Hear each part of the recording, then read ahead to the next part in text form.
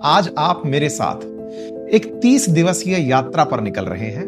भगवान राम का वनवास जाना अपने पिता को दिया गया पुत्र धर्म था, या फिर रघुकुल रीत सदा चली आई, प्राण जाए पर वचन न जाई, ये एक राजधर्म था।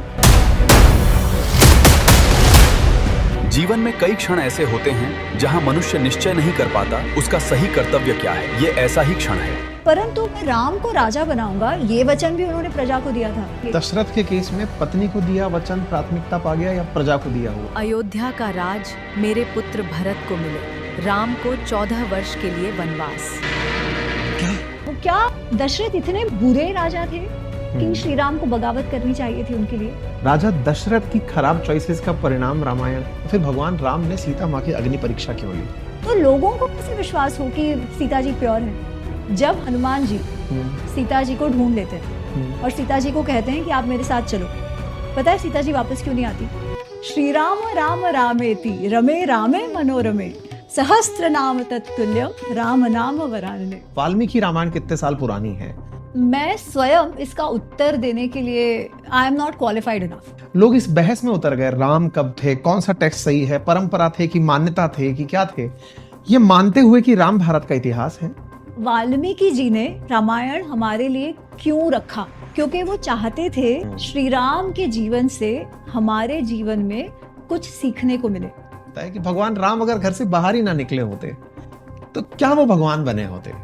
आपके सामने एक 20 साल का बच्चा है और आप उसको ऑप्शन देती हैं कि सुनो, तुम्हें भगवान राम की मर्यादाओं से ये सीखना चाहिए। करेक्ट। वो आपसे सीधा कहता है कि मैं राम को नहीं मानता। सही बात है, एकदम। और उसमें कि भगवान श्री कृष्ण को जब पैर में तीर लगा, कहते हैं कि भगवान ने उस समय जब बाली को मारा था छिप के, उस समय तय कर लिया था कि ये कर्मा है जो रिटर्न होकर के आएगा। बकवास है, बकवास है। वाल्मीकि रामायण में मर्यादा पुरुषोत्तम उनको कहा ही नहीं गया। सीता जी कोई पहली स्त्री नहीं है जिसके साथ रावण ने ऐसे इनको जबरदस्ती किडनैप किया। सीता जी के साथ उसने दुष्कर्म नहीं किया, बाकी स्त्रियों के साथ वो भी किया हुआ है। ठीक है, जो स्त्री इतने समय पर पुरुष के साथ रहकर आई है उसको हाथ भी कैसे लगा सकता है? मेरे पास कोई और चारा नहीं है, मैंने सीता का त्याग करने का निर्णय ले लिया। मेरे लिए पत्नी केवल एक है और वो केवल सीता और सीता है। जय श्री राम। जब हम आज इस सेशन को आपके साथ लेकर आ रहे हैं, अब तक हमारी पुरानी रील्स, स्टेटस अपडेट्स से आपको भी ये जानकारी लग गई होगी कि हम एक यात्रा पर निकल रहे हैं। और वो यात्रा जिस दिन आप इस वीडियो को देख रहे हैं उसी दिन से शुरू हो रही है। तो आप आज वीडियो देख रहे हैं और मैं ट्रैवल कर रहा हूं। और इस ट्रैवलिंग में आज आप मेरे साथ एक 30 दिवसीय यात्रा पर निकल रहे हैं, जिसमें हम भगवान राम को जानने के प्रयास में न केवल भारत बल्कि हमारे पड़ोसी देश, जहां जहां प्रभु राम से जुड़ी हुई कहानी, कथाएं, इतिहास, परंपराएं, रीति रिवाज, जो जानकारी हमें मिलेगी उसे जुटाते हुए एक विद्यार्थी के रूप में मैं ये यात्रा शुरू कर रहा हूं। और जब आप विद्यार्थी के रूप में शुरू होते हैं तो डाउट्स इतने सारे इकट्ठे हो चुके होते हैं। यात्रा शुरू नहीं हुई है, रामायण जानने के मन में बहुत सारे सवाल पहले ही इकट्ठे हो चुके हैं। तो आज जब आप इस वीडियो को सुन रहे हैं, मैंने इसे आज से 4 दिन पहले शूट किया है। और उस 4 दिन पहले शूट में मेरे साथ हैं एमी गनेत्रा जी। मैम, स्वागत है आपका। आप स्कॉलर हैं, आप IIM से पढ़ी हुई हैं, आपने वाल्मीकि रामायण को बहुत गहराई से पढ़ा है। और इतना गहराई से पढ़ा है कि मैं अपनी यात्रा शुरू करता, मुझे ये प्रिविलेज था कि मैं आपसे मिल पाया। मैं आपसे थोड़ा रामायण को समझने में, कुछ प्रश्न पूछने की अपनी जो आज की व्यवस्था है वहां तक पहुंच पाया।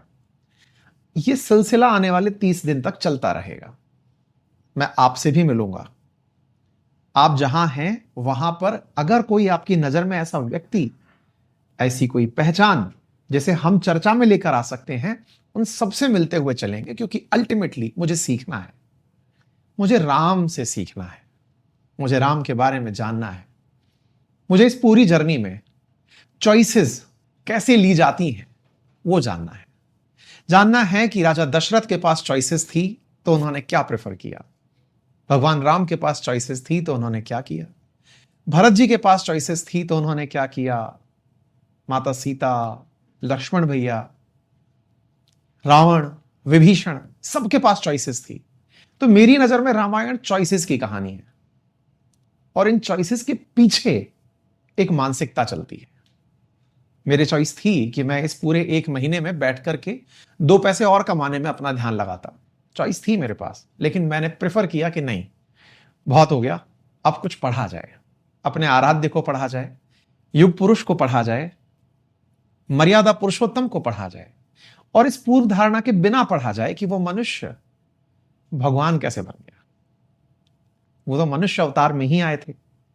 तो उसी क्रोनोलॉजी में आज आप और हम ये वार्ता कर रहे हैं, और ऐसी वार्ता के समय स्कॉलर के रूप में हमारे साथ एमी गनत्रा जी हैं, जिन्होंने पूरी वाल्मीकि रामायण बहुत अच्छे से पढ़ी है, समझी है, और मानस से वो कैसे अलग है इस पर अपनी टिप्पणियां की हैं।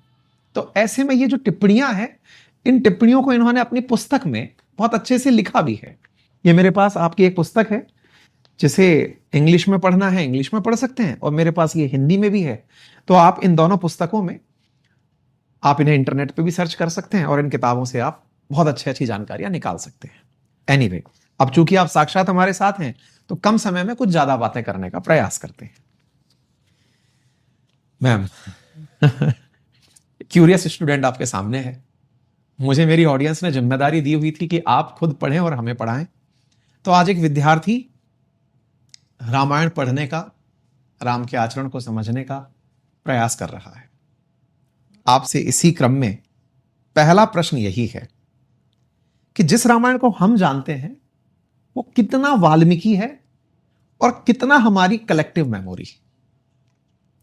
तो सबसे पहले तो जय सिया राम आपको, आपकी सारी टीम को और आपके दर्शकों को। आपकी प्रश्न का उत्तर दूं उसके पहले मुझे बस एक बात अभी याद आई है, तो मैं आपको बता देती हूँ। आपने कहा कि आप यात्रा कर रहे हैं, श्री राम जिस पथ पे गए उसकी यात्रा आप कर रहे हैं। राम आयण, बेसिकली उनका जो पाथ है वो आप फॉलो करने वाले हैं। और नॉर्थ में तो श्रावण 15 दिन पहले शुरू हो गया, हमारे यहाँ जैसे गुजरात महाराष्ट्र में ये अभी से शुरू हो रहा है। तो आपकी जो पूरी यात्रा है ये श्रावण के महीने में होगी। तो जैसे हम वैसे ही शुभ मानते हैं, और हम वैसे भी मानते हैं कि श्री राम के जो आराध्य हैं वो शिव जी हैं, और शिव जी के आराध्य श्री राम है। तो आप दोनों की ही भक्ति करेंगे ये पूरे महीने में। एक जो सुंदर कथा आती है वो मुझे बताने का मन कर रहा है। प्लीज बताएं। कथा ऐसे आती है कि पार्वती जी जो हैं वो विष्णु भगवान की पूजा कर रही थी, और शिव जी को बहुत भूख लगी है। अब अन्नपूर्णा बिजी हो तो खाना कौन दे, तो इसलिए वो कह रहे कि भाई जल्दी करो, भूख लगी है। बट पार्वती जी कह रही है नहीं, मुझे तो पूरा नाम स्मरण जो है, विष्णु का पूजा है वो तो करनी ही पड़ेगी, ऐसे कैसे छोड़ दूं। तो तब शिव जी कहते हैं, अरे तुम इतने नाम क्यों ले रही हो? श्री राम राम रामेति रमे रामे मनोरमे सहस्त्र नाम तत्तुल्यम राम नाम वरानने। वो कहते हैं कि भाई इतने सब नाम मत लो, बस राम का नाम ले लो। सहस्त्र नाम, सहस्त्र विष्णु सहस्त्र नाम के तुल्य है श्री राम का नाम, वही तुम ले लो। तो ये पूरे श्रावण के महीने में जो शिव जी का महीना कहा जाता है, उसमें आप राम नाम लेंगे। अरे क्या बात है, आपने हमारी प्रेरणा जो है उसको एक और ऊंचाई दे दी है। आपका बहुत बहुत धन्यवाद। और हमें अब हमारी प्रेरणा में ये जुड़ गया है कि भगवान शिव का आशीर्वाद भी हमारे साथ है। बहुत बढ़िया। तो मेरा कार्य जो है, मैं वाल्मीकि रामायण पर बोलती हूँ। सिखाने का तो पता नहीं क्या औकात है, बट हाँ उस पर चर्चा अवश्य करती हूँ। जनरली हम जो पढ़ते हैं, जानते हैं, जिसकी कथाएं भी कही जाती हैं, वो मानस की कथाएं होती है। स्पेशली नॉर्थ में, गुजरात में अधिकतर रामचरितमानस की बात होती है। वैसे ही जैसे रामचरितमानस यहाँ पर प्रसिद्ध है, वैसे अगर आप साउथ में जाए, तमिलनाडु में जाओ तो कंब रामायण है। आप बंगाल में जाओ तो कृतिबास ओझा रामायण, कृतिबास ओझा जी उसके कवि हैं, उनका रामायण जो है। तो ऐसे रामायण, क्योंकि श्री राम की ये कथा लोगों में इतनी प्रचलित हुई है और लोग इतने जुड़े हैं उससे कि स्थान स्थान पर कवियों ने अपने भाव में, अपने शब्दों में, अपनी भाषाओं में उसको फिर से दोहराई है। और केवल भारत में नहीं, ये बाहर भी हुआ है। आप देखो तो आज भी थाईलैंड के जो राजा है वो राम 1, राम 2 ऐसे नाम लेते हैं ना। वहाँ का जो राज्य है आयुथया, वो बेसिकली अयोध्या से प्रेरित नाम है। कंबोडिया में देखो, बाली में देखो, वहाँ आज भी रामायण के परफॉर्मेंसेस होते हैं और उनकी खुद के ट्विस्ट वाले रामायण की कथाएं भी वहाँ कही गई हैं। तो ये तो रामायण कथा का ये महत्व रहा है, इसका प्रचलन इतना ज्यादा रहा है, इसीलिए अधिकतर पर उसमें हुआ ये है कि अधिकतर जो फिर लोग जानते हैं वो इन रीटेलिंग्स के द्वारा अधिक जानते हैं। ओरिजिनल सोर्स जो आजकल हम कहते हैं ना ओजी, तो ओजी रामायण जो इतिहास है वो वाल्मीकि रामायण है। इतिहास और रीटेलिंग में फर्क क्या है? इतिहास हम कहते हैं, इतिहास की एक व्याख्या है जिसमें कहा जाता है पूर्ववृत्तम कथायुक्तम, जो पहले हुआ है और हमें कथा के रूप में बताया गया है। उसका एक उद्देश्य है हमें हमारे पूर्वजों के जीवन से सीख मिले, इसलिए ये इतिहास जो पहले हुआ है वो बताया गया है। और इतिहास का एक फीचर ये होता है कि जिसने वो इतिहास बताया वो उस समय वहां थे, तब के समकालीन थे, कंटेम्पररी थे। तो वाल्मीकि रामायण इतिहास इसलिए है क्योंकि वाल्मीकि जी जब रामायण घटित हो रहा था या श्री राम के जीवन में जो भी हो रहा था वो हो रहा था, वो उस समय वहां पर थे। इनफैक्ट जब वनवास में जाते हैं श्री राम, तब चित्रकूट में वो जाते हैं ना, अपना आश्रम सबसे पहले अपनी कुटिया वो वहां बनाते हैं। उसके पहले वो वाल्मीकि जी से मिलकर गए, तो वाल्मीकि जी उस समय थे और अपने समय की राजा की कथा बता रहे हैं। उसके बाद जो हुआ है वो तब के कवियों ने, संतों ने अपने समाज के अनुसार, अपने समाज के जो नीति नियम थे, जो आइडियल्स थे उसके अनुसार, या और भी जो पौराणिक कथाएं थी, उन सब को लेकर अपने भगवान के लिए जो कथा रची, अपने भाषाओं में रची, श्री राम की भक्ति जगाने, लोगों में धैर्य बढ़ाने, धीरज बढ़ाने उन्होंने रची है। वो अधिक फेमस है रादर देन वाल्मीकि रामायण। बस यही है, राम चेतना तो इन सारी कथाओं के कारण ही जीवित है। ठीक है, मेरा सवाल, क्योंकि आपने अब चूंकि ये बता दिया है कि भगवान राम जब थे तब वाल्मीकि जी थे, तो मन में एक सहसा क्वेश्चन उठता है, और वो सवाल ये है कि वाल्मीकि जी जिस समय थे, जो टेक्स्ट उन्होंने लिखा, क्या ये उसी समय से चला आ रहा टेक्स्ट वाल्मीकि रामायण में है जो मैंने अपने साथ रखी हुई है? मान्यता तो यही है। ओके। उस समय उस समय लिखा तो नहीं जाता था, है ना, उस समय तो ओरल ट्रेडिशन होता था। और ओरल ट्रेडिशन क्या होता है कि भाई आप गुरु से शिष्य को ओरली जो आपका काव्य है, जो रचनाएं हैं, वो पास ऑन हो, जो हमारे वेदों में भी हुआ है ना। राइटिंग तो बहुत बाद में शुरू हुई, ये सारा ओरल ट्रेडिशन रहा करता था। अब ओरल ट्रेडिशन होने के नाते इसीलिए मैं पूछ रहा हूँ कि इस वाल्मीकि रामायण में भी कितनी कलेक्टिव मेमोरी और कितना इतिहास कहना कैसे सही होगा? हाँ, तो ये लोग मानते हैं कि थोड़ा बहुत एडिशन वगैरह हो सका उसमें, परंतु 19th सेंचुरी में दोनों महाभारत और रामायण, क्योंकि ये प्रश्न पूछे जाते हैं कि भाई सत्य क्या है या केवल कथाएं हैं। एक तो भक्ति से आपने कुछ कहा हो, है ना, दूसरा है कि आपके इतिहास को ही नकार देने के लिए कहा जाता है कि ये तो केवल कथाएं हैं, आपके तो भगवान ही फॉल्स गॉड्स है ना, इसलिए उनको नकारा ही जाता है। तो सत्य क्या है? तो इसका परीक्षण 19th-20th सेंचुरी में भी हुआ है, जिसमें स्कॉलर्स ने क्या किया कि अलग अलग जगहों पर जो वाल्मीकि रामायण या वेदव्यास महाभारत नामक मैन्युस्क्रिप्ट्स होती थी, उनको एकत्रित किया, ठीक है, और उनको कंपेयर किया, जो इस नाम से थी। क्योंकि मानस में तुलसीदास जी तो ऑनेस्टली कह रहे हैं ना कि वो उनकी रचित है, या कंब रामायण जो हम कहते हैं वो कंब जी द्वारा रचित है। वो ये नहीं कह रहे कि मैं वाल्मीकि रामायण कह रहा हूँ, वो ये कह रहे हैं कि भाई मैंने और पुराणों में पढ़कर, जानकर, प्रेरणा से अब मैं लिख रहा हूँ। तुलसीदास जी अराउंड आज से 450 साल, करेक्ट, 1600s के टाइम थे, उस समय थे। तो वो तो ऑनेस्टली बता रहे हैं। इसीलिए जो वाल्मीकि रामायण के रूप में जो मैन्युस्क्रिप्ट्स जब लिखना शुरू भी हुआ, वो हम तक आई, और वो अलग अलग जगहों पर थी। जैसे महाभारत में भी था, नॉर्थ, साउथ, ईस्ट, वेस्ट, हर जगह वो मैन्युस्क्रिप्ट्स उपलब्ध थी। उन सबको लिया गया और उनको कंपेयर किया गया, और उसमें पाया गया कि हो सकता है थोड़े बहुत प्रसंग या शब्द इधर उधर हो, परंतु जो कोर स्टोरी है, जो कोर कथा है, वो वैसी की वैसी है अक्रॉस मैन्युस्क्रिप्ट्स। अब इससे हम इतना तो कॉन्फिडेंस से कह सकते हैं ना कि नहीं भाई कुछ कोर स्टोरी तो रही होगी।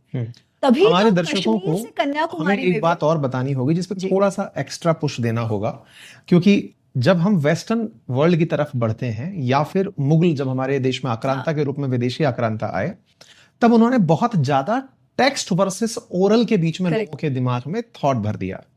मैं जितना जान पाया, मुझे करेक्ट करिएगा, मैंने इतनी जानकारी जुटाई कि जो वैदिक काल था उसमें ये बहुत प्रेफर किया जाता था कि लोगों को जिन्हें आप योग्य मानते हैं कि ये ज्ञान इसके काम है, यथा योग्य ज्ञान उस व्यक्ति को श्रवण के आधार पर दिया जाता था, लिखित आधार पर नहीं दिया जाता। यहां तक मेरी जानकारी ठीक है? क्योंकि तभी लिखना था ही नहीं ना। हाँ, लिखना आर्ट नहीं था। जो था ही नहीं वो कैसे होगा? ओके। इसलिए ओरल ट्रेडिशन था, और ओरल ट्रेडिशन बहुत रिफाइन हो चुका था। हम्म। दे हैड, उसी में उसके चेक्स एंड बैलेंसेस कैसे करना है उसके लिए भी नियम होते थे। छंद होता ही उस तरीके से था, पारायण ही उस तरीके से होता था कि भाई आप जो ओरल है उसमें गलती अगर हुई हो तो आप चेक कर सको। अच्छा। तो वो सिस्टम ऑलरेडी ओरल ट्रेडिशन में ही इनबिल्ट थे। अगर मैम अभी कुछ दिन पहले काशी के अंदर एक ऐसा ही वो दंडक पारायण, हाँ, वहीं से ये शब्द मैं रिलेट कर पा रहा हूँ। तो वहां पर यजुर्वेद का किया था शायद, है ना? ओके, हाँ हाँ। तो वो बोलने के आधार पर ही था, और उनके छंदों को बोल करके या फिर जो भी रहा होगा, अच्छा उनमें त्रुटि पकड़ में आती है अगर। हाँ, जिस प्रकार से एक तो ये सारे जो ग्रंथ थे, हाँ, वो केवल प्रोज में, गद्य में नहीं लिखे गए, पद्य में लिखे गए, है ना? हाँ हाँ, पद्य में क्या होता है, यू हैव अ छंद, राइमिंग, मीटर, है ना? हाँ, वो मीटर लिखने का, कौन से मीटर में लिखा हुआ है उसके रूल्स होते थे। वो ऐसे ही नहीं होता था, रैंडमली नहीं होता था। तो जैसे महाभारत रामायण की हम बात करें तो वो सारे अनुष्टुप छंद में लिखे गए। अनुष्टुप छंद मतलब क्या? उसमें 32 सिलेबल्स होंगे। ओके, उन 32 सिलेबल्स में भी 4-4 भागों में होंगे। हाँ हाँ। ठीक है, वो 4-4 भागों में थोड़ा होंगे। और डिटेल में समझाइए। जैसे मैं महाभारत का एग्जाम्पल लेती हूँ, सबसे भगवत गीता से लेती हूँ, क्योंकि वो सबसे सबको याद होता है, वो श्लोक है ना, सबको पता होता है। धर्म क्षेत्रे कुरुक्षेत्रे समवेता युयुत्सवा मामका पांडवाश्चैव किम कुर्वत संजय। तो ये अनुष्ठुप छंद में, अनुष्ठुप छंद मतलब क्या? अगर आप उसके सिलेबल्स काउंट करो, धर्म क्षेत्र कुरुक्षेत्र ऐसे करके करो, तो धर्म क्षेत्र कुरुक्षेत्र 8 हुआ, है ना? तो 8 के 4, धर्म क्षेत्र कुरुक्षेत्र, समवेता युयुत्सवा सेकेंड 8, मामका पांडवाश्चैव थर्ड 8, किम कुर्वत संजय फोर्थ 8, है ना? ये तो आपको, अगर उसमें अभी कहीं एक सिलेबल कम हो जाए, हाँ, तो आपको पता चल जाएगा अगर किसी ने कुछ गलती की हो तो। ठीक है। दूसरा, केवल ये वो सिलेबल नंबर्स नहीं था, उसमें ये भी होता था कि फर्स्ट पार्ट का एंड ह्रस्व में होगा या दीर्घ में होगा, दीर्घ के बाद क्या आएगा, तो इसके उसके बहुत स्पेसिफिक रूल्स होंगे। अभी कोई उसमें छेड़खानी करना भी चाहे, राइट, तो फिर जब तक वो एग्जैक्ट वैसे ही नहीं करेगा, तो आपको समझ में आ जाएगा कि नहीं भाई ये तो गलत है, ये वो रूल को फॉलो नहीं कर रहा है। एक तो वो छंद में ही है, अलग अलग प्रकार के छंद है, उनके खुद के रूल्स है। दूसरा, जिस प्रकार से वो लोग आप कहना चाह रहे हैं कि ऑरेटरी को भी इतना एनक्रिप्टेड करके दिया जाता था, वो एनक्रिप्शन ब्रीच किया तो पकड़ में आ जाएगा, क्योंकि नहीं तो आप फिडिलिटी कैसे मैनेज करोगे, है ना? आप उस समय भी अगर, क्योंकि ये आज के समय में बहुत ज्यादा डाउट जो होता है वो इस बात का होता है कि कहीं सुनी बात रह गई है। तो अब आपको ये बोला है एक्टिव का पैसिव वॉइस हो जाएगा, डायरेक्ट का इनडायरेक्ट हो जाएगा, और वो इनडायरेक्ट होते होते पता नहीं क्या लैंड होगा। और आजकल के लोग ना इस प्रयोग को बहुत कराते हैं कि मैंने आपके कान में कुछ बोला, आपने किसी के कान में कुछ बोला। ये हमारी वैदिक परंपरा को चोट पहुंचाने जैसा है कि आपको ये बताया जाए कि सुनो, उस व्यक्ति तक पहुंचते पहुंचते उसका अर्थ ही बदल गया। हाँ। ये एक खेल होता है। लेकिन आप कहना चाह रही है कि गुरु शिष्य परंपरा में ये सुनिश्चित किया जाता था कि जो बोला गया है, हाँ, वही सुना भी गया हो। क्योंकि अगर आपको जब बोला जाएगा तो बोला जाएगा, कुछ तो उसके साथ बताया जाएगा ये अनुष्ठुप छंद में है या कोई भी और छंद में है ना? तो जाते जाते अगर वो वापस आ रहा है तो एक तो उसे अनुष्ठुप छंद में ही आना पड़ेगा, और अनुष्ठुप छंद मतलब following all the rules of it. एक तो ये। दूसरा, इट वाज नॉट, एक तो ये तो श्लोक में लिखा गया है क्योंकि सबको आसानी से समझ आ जाए, या ओरल बताया गया है, परंतु जब वो पाठ किया जाता था, है ना, तो वो जो पाठ होता था, जैसे दंडक पाठ की हम बात करते हैं, वैसे अलग अलग पाठ होते थे। वो पाठ ही ऐसे किए जाते थे जैसे सारे गम, है ना? सपोज ये श्लोक है सारे गम, तो इसको जब याद करेंगे तो ऐसे कराते थे, सा सा रे ग म। ठीक है। अब अगर ऐसे आपको याद कराया जा रहा है तो कहीं से भी कुछ भी गलती हो, पकड़ में आ जाएगा, राइट? तो इस ये बिल्कुल वैसी वाली बात हुई कि आज जो आप रिटर्न चीजों पे विश्वास रखते हैं कि नहीं, अगर एनक्रिप्टेड है तो एडिटिंग बीच में नहीं होगी, कोई बीच में नहीं पकड़ पाएगा। आप कहना चाह रहे हैं वैदिक काल में जब चीजों को इस तरह से ट्रांसफर किया जाता था तो उन्हें इस प्रकार से बांध करके छंद वाइज, इसीलिए तो आज तक जो इतने वर्षों पहले जिस प्रकार हमारे पूर्वज चैंटिंग करते थे वो आज तक कैसे अवेलेबल है है ना। वेद तो आज भी ओरल ट्रेडिशन में कितने सारे वैसे ही चैंट किए जाते हैं, बिना पढ़े करते हैं। कैसे? तो ही फिडिलिटी रहेगी ना, नहीं तो कहाँ से शुरू हो गया, कोई कुछ भी बोल सकता है। एग्जैक्टली एक्चुअली ये तो एक इसी ऐसा प्रकार होता डर है, मतलब डर क्या कहिए, एक भ्रम की स्थिति है कि कहीं ना कहीं थॉट ये आ जाता है कि नहीं इसमें तो कोई गड़बड़ हो ही गई होगी।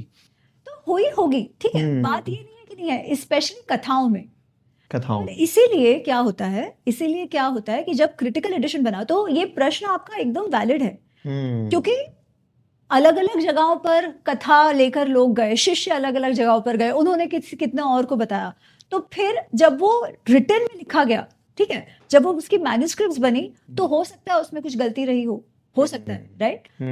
इसीलिए जो इतनी सारी मैन्युस्क्रिप्ट्स उनको मिली, जैसे महाभारत के लिए भंडारकर ओरिएंटल रिसर्च इंस्टीट्यूट जो पुणे में है, वैसा ही काम वाल्मीकि रामायण के लिए बड़ौदा इंस्टीट्यूट में हुआ है, ठीक है, जहां उन्होंने जगह जगह से जो भी मैन्युस्क्रिप्ट्स थे उनको एकत्रित किया और उनको स्टडी किया।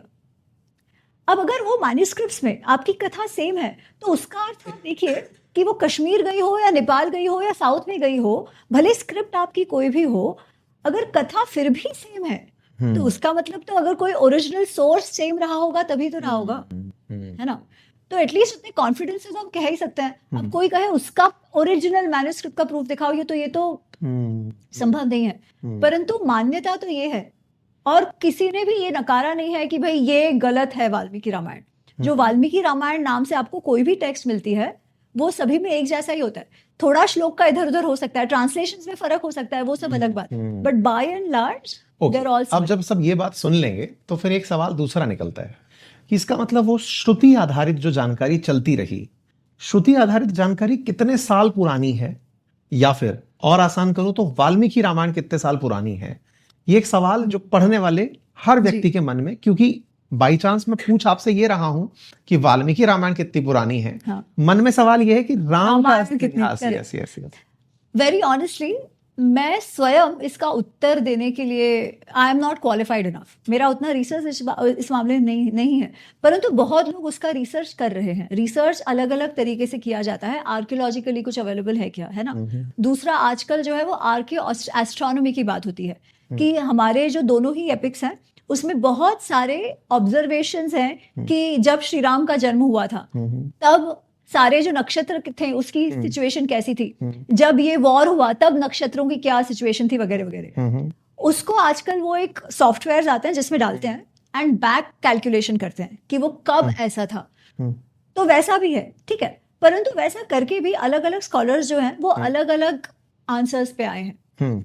इसीलिए एग्जैक्टली 7000 वर्ष पहले था या 5000 वर्ष पहले मैं नहीं जानती, परंतु it was definitely a few thousand years old, इतना तो हम कह ही सकते हैं। और इसका दूसरा भी पहलू है कि अगर हम केवल हमारे ऋषियों की मान्यता के अनुसार, ऋषियों ने जिस प्रकार हमें ये ग्रंथ दिए हैं उसके अनुसार जाए, तो हमारे जो ग्रंथ है उनका बहुत अच्छे से कैटेगराइजेशन हुआ है। धर्मशास्त्र कुछ है, दर्शन कुछ है, इतिहास कुछ है, पुराण कुछ है। इनफैक्ट मेरी जो नई पुस्तक है वायर विदस्वे, उसमें मैंने यही सब कवर किया है। उसमें केवल महाभारत और रामायण को इतिहास कहा गया है, ठीक है। और महाभारत और रामायण में अगर केवल एंटरटेनमेंट के लिए होता तो फिर उसमें वो लोग इतने ज्यादा जो वंशावली है वो नहीं देते, ज्योग्राफिकल लोकेशन। ये मैम ना मतलब आप संस्कृत बहुत अच्छे से समझती हैं, मैंने एक्चुअली तुरंत गूगल करके निकाला है। आप अपनी भाषा में इसे पढ़ करके अगर सुना सकें, क्योंकि आप संस्कृत के छंद पढ़ पाती हैं। अच्छा, ये ओके। ततो यज्ञे समाप्ते तु ऋतूनाम षट समत्युः तच्चः द्वादशे मासे चैत्रे नावमिके तिथौ। तो चैत्र के नवमी के 12 प्रेगनेंसी के 12वें मंथ पे वो कहा गया है। वो 12 मंथ तभी कहते थे, ठीक है। चैत्र की नवमी को तिथि नक्षत्रे अदिति देवत्यैहि स्वोच्च संस्थेषु पंचसु ग्रहेणेषु कर्कटे लग्ने वाक्पता बिंदुना सह। कर्क जो लग्न हम कहते हैं ना, जब आप कुंडली बनाते हो, तो उसमें जो लग्न है वो कर्क लग्न है उनका, ओके, ठीक है। लग्न कर्क है, चैत्र की नवमी है, शुक्ल पक्ष का समय है, बेसिकली वो उनका चार्ट बताया गया है। और 5 ग्रह जो है वो उच्च स्थान पे है, ठीक मतलब है। वो अपने अपने ग्रहों में है। हाँ ठीक है, तो इस प्रकार बेसिकली श्री राम की कुंडली दी गई है, ठीक है। और श्री राम की कुंडली दी गई है हाँ, वाल्मीकि ये रामायण। वाल्मीकि रामायण में जो श्री राम भगवान की कुंडली है, इसी को जब इतिहासकार डिकोड करते हैं तो जन्म के समय ग्रहों की स्थिति, जो जी। आपने अभी एस्ट्रोनॉमिकल जानकारी के बारे में कहा, उसके आधार पर लोगों का कहना है कि 7100 वर्ष पहले या 5114 वर्ष पहले, हाँ। अगर हम वाल्मीकि रामायण के बालकांड के सर्ग 18 और श्लोक 8 और 9 इनको पढ़ते हैं तो इस समय पर भगवान की उम्र आज से 5114 साल पहले या 7140 साल पहले बैठती है। ये तो वाल्मीकि रामायण को डिकोड किया। लेकिन मुझे आपका वो तर्क भी बहुत पसंद आया था जिसमें आपने ये कहा था कि ये जानकारी इतने साल पहले ही थी, इससे पहले कभी नहीं हुई होगी। इसके बारे में क्या? नहीं पता। Yes. अच्छा, उसमें भी सेम आर्क के एस्ट्रोनॉमी पर बहुत सारे विद्वान काम कर रहे हैं। They also don't agree on one date, है ना? क्योंकि इसमें होता क्या है, ये केवल एक डेटा पॉइंट से तो आप नहीं कह सकते, बहुत सारे और डेटा पॉइंट्स भी आपको देखने पड़ेंगे, क्योंकि इसके साथ साथ वाल्मीकि रामायण में ही और भी डेटा पॉइंट्स हैं, वो सारे मैच होने चाहिए, है ना? इसलिए अगर सपोज उसमें 100 डेटा पॉइंट्स है सपोज, है ना, तो सारे के सारे मैच होंगे ऐसे तो नहीं है। तो आप कौन से इंक्लूड करते हो और कौन से एक्सक्लूड करते हो, इसके कारण से सब डेट्स आपके फर्क आ जाएंगे, और यही फर्क जो है वो लोगों के कैलकुलेशंस में आ जाता है। ठीक है। जब इसलिए वो आज इतना दिक्कत हो गया है। हाँ, इसीलिए वो तो चलते रहेगा। मे बी सॉफ्टवेयर जो है वो भी इतने एक्यूरेट अभी नहीं है, उनका काम भी चलते रहेगा। तो hopefully at some point we will have. पर मैं ये कहती हूँ इररिस्पेक्टिव ऑफ द डेटिंग, ठीक है, irrespective of the dating, tradition परंपरा के अंदर ही हमारे ऋषियों ने केवल इन दो ग्रंथों को ही इतिहास कहा है, और इतिहास कहा ही उन्हें जाता है जो पूर्व वृत्तम, जो पहले हुआ है, कथा के रूप में बताया गया है, राइट? और किसी को नहीं कहा गया है। साथ साथ इसमें इतने सारे, आप जो पूरा पाथ फॉलो करने वाले, इसी से मेरा एक सवाल है कि जब हम ये सारी बातें कर रहे होते हैं तो हमें क्या इन तीनों कैटेगरीज को बिल्कुल साथ रखना होता है या साफ साफ रखना होता है? पहली कैटेगरी कि टेक्स्ट क्या कहता है, दूसरी कैटेगरी ट्रेडिशन क्या कहता है, और तीसरी कि मेरा इंटरप्रिटेशन क्या कहता है। आइडियली तो तीनों एक साथ होने चाहिए, है ना? और इसमें इतना फर्क भी नहीं है। मैं फर्क अलग तरीके से कहती हूँ। एक, टेक्स्ट क्या कहता है, दूसरी भक्ति ग्रंथ क्या कहते हैं, इतिहास ग्रंथ क्या कहता है, भक्ति ग्रंथ क्या कहते हैं। इन दोनों में फर्क हो सकता है जो हम समझ के चल सके।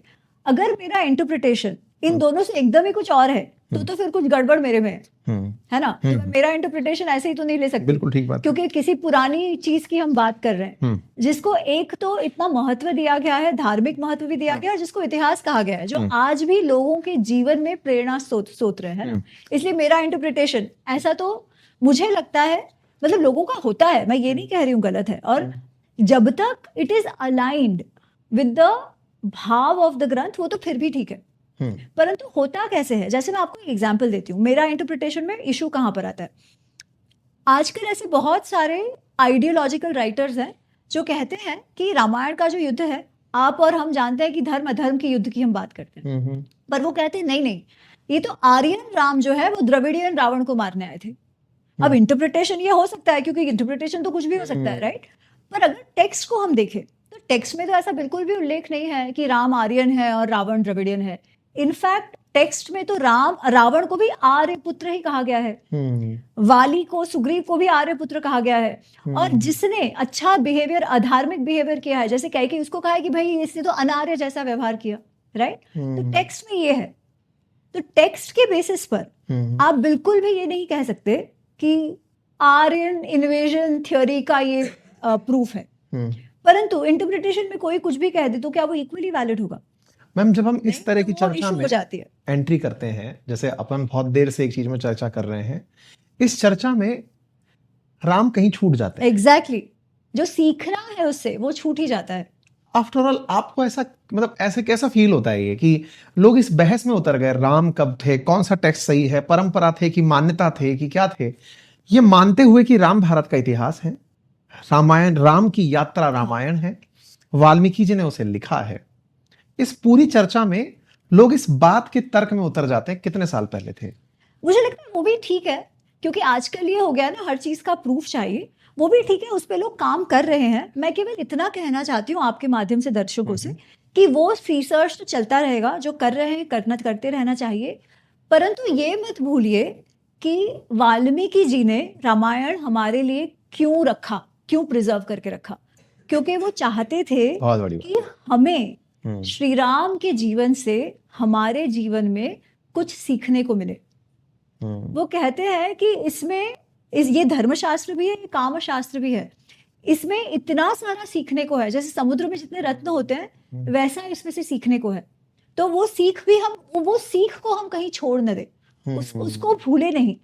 रिसर्च अपना काम करते रहे, रिसर्चर्स अपना काम अवश्य करते रहे। दूसरा कारण ये होता है जिसमें मुझे लगता है कि ये पूछना भी आवश्यक है कि टेक्स्ट में क्या है, टेक्स्ट में क्या नहीं है, क्योंकि जब तक केवल श्रद्धा से बात चल रही थी तब तक तो ठीक था, है ना, परंतु समय बदलता है, नॉर्म्स बदलते हैं, और आज के बच्चे प्रश्न भी पूछते हैं कि भाई आप अगर एक्स पर्सन को बहुत महान कह रहे हो पर उसके वैल्यूज जो है वो तो आज के साथ मेल नहीं खाते, तो फिर हम क्यों उनको महान माने, है ना।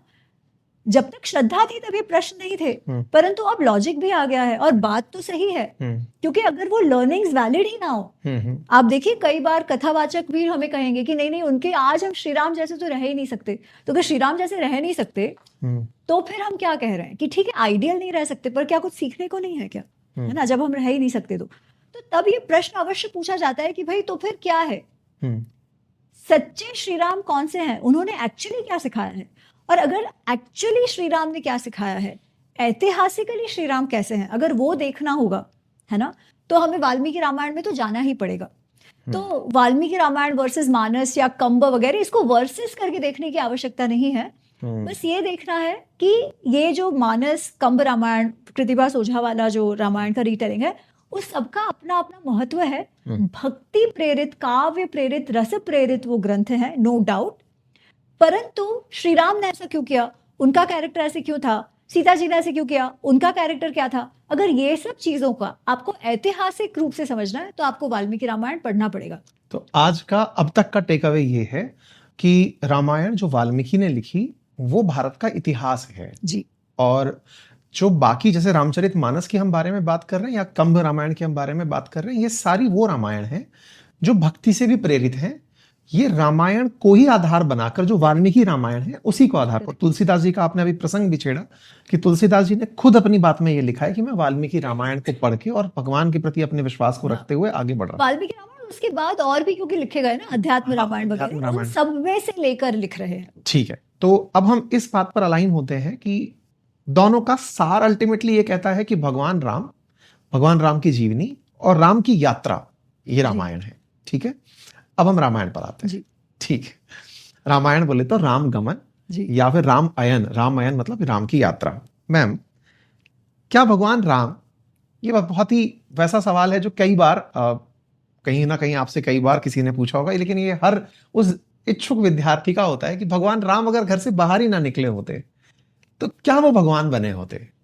जैसे हम लोग ना ज्योग्राफी जब पढ़ते हैं तब ऐसा कहते हैं कि धरती 23.5 डिग्री टिल्ट है, अगर ये टिल्ट ना होती तो क्या होता। यूपीएससी ये सवाल पूछती है कि अगर डिग्री बिल्कुल ना घूमी होती तो नेचर पर क्या असर पड़ता। देखिए, इसका आंसर तो इफ एंड बट में ही हो सकता है, पर तो फिर भी मैं कहूंगी कि आप एक मनुष्य ऐसा दिखाइए जिसके जीवन में कोई उतार चढ़ाव ना आया हो, है ना। तो अगर वो घर से बाहर नहीं निकले होते तो भी कुछ ना कुछ तो हुआ ही होता। मनुष्य ग्रेट उसके सामने आए प्रसंगों से नहीं होता, जो भी प्रसंग आए हैं उसमें वो निर्णय कैसे लेता है, किस चॉइसेस की लेता कहानी है, उसके कारण होता है ना। तो उस समय भी जो उतार चढ़ाव आए होते उसमें श्री राम ने जो बाहर निकल कर किया उसी भाव से किया होता। That is why Shri Ram is Shri Ram. बहुत बढ़िया, क्योंकि जब मैं इस पूरी यात्रा के बारे में विचार कर रहा था ना, तब मेरी चर्चा पहुंचते पहुंचते यहां तक पहुंची, जितना भी मेरा डिस्कशन अपनी टीम के साथ था, मेरा खुद का अपने साथ बैठा हुआ मंथन था। भगवान राम एक यात्रा पर निकलते हैं, आपको लगता है कि वो उस यात्रा में निकले तो सीता जी का हरण हुआ, हनुमान जी से मुलाकात हुई, रावण वध हुआ। और ये आपने बहुत अच्छा कहा कि अगर वो नहीं भी गए होते तो भी कुछ तो हुआ होता, मतलब वो फिर ऐसे किसी फैसले के लिए जाने जाते जो उन्होंने शायद अपनी अयोध्या में लिया होता। इंसान को महान उसकी कहानियां बनाती हैं, लेकिन उस कहानी में सबसे बड़ी बात चॉइसेस की है, और भगवान राम के साथ सच में चॉइसेस रही हैं। मैम, ये जब चॉइसेस की बात आती है तो आप अपना दृष्टिकोण किस तरह से लेकर चलती हैं कि भगवान ने उस समय चॉइसेस नीति आधारित ली कि मुझे तो साहब ये रूल रेगुलेशन फॉलो करने हैं इसलिए लेने हैं ये फैसले, या फिर उनके दिमाग में था कि मुझे तो एक दिन स्थापित करना है कि राम कौन थे? मतलब आप एक स्कॉलर के रूप में, एक विद्यार्थी के रूप में, एक छात्र, एक शोधकर्ता के रूप में जब इस चीज को पढ़ती हैं तो आपके दिमाग में भगवान राम कैसे चलते हैं? देखिए, दोनों महाभारत और रामायण जो है ना, ये कथाएं आज भी हमें इतने प्रासंगिक और इतने अपने जैसे इसीलिए लगते हैं क्योंकि हमारे सबके जीवन में चॉइसेस ही सब कुछ है। चॉइसेस है और हमें चॉइसेस लेने ही पड़ते हैं, जिसको हम डिसीजन मेकिंग करते हैं। कुछ छोटा होता है, कुछ बड़ा होता है, पर वही करते हैं। और महाभारत और रामायण के प्रत्येक पात्र के साथ वो हुआ है ना। तो चॉइसेस तो there will be time in life कि जब आपको निर्णय ही लेने पड़ेंगे और चॉइसेस ही होंगी जिसमें से आपको चूज करना पड़ेगा। राइट। श्री राम ने जो, और आप जो श्री राम का पूछ रहे हैं, कोई भी अगर ये मान के चले मैं राम, मैं अपने आप को एस्टैब्लिश करूंगा, वो तो अहंकार से ही आया है फिर, है ना।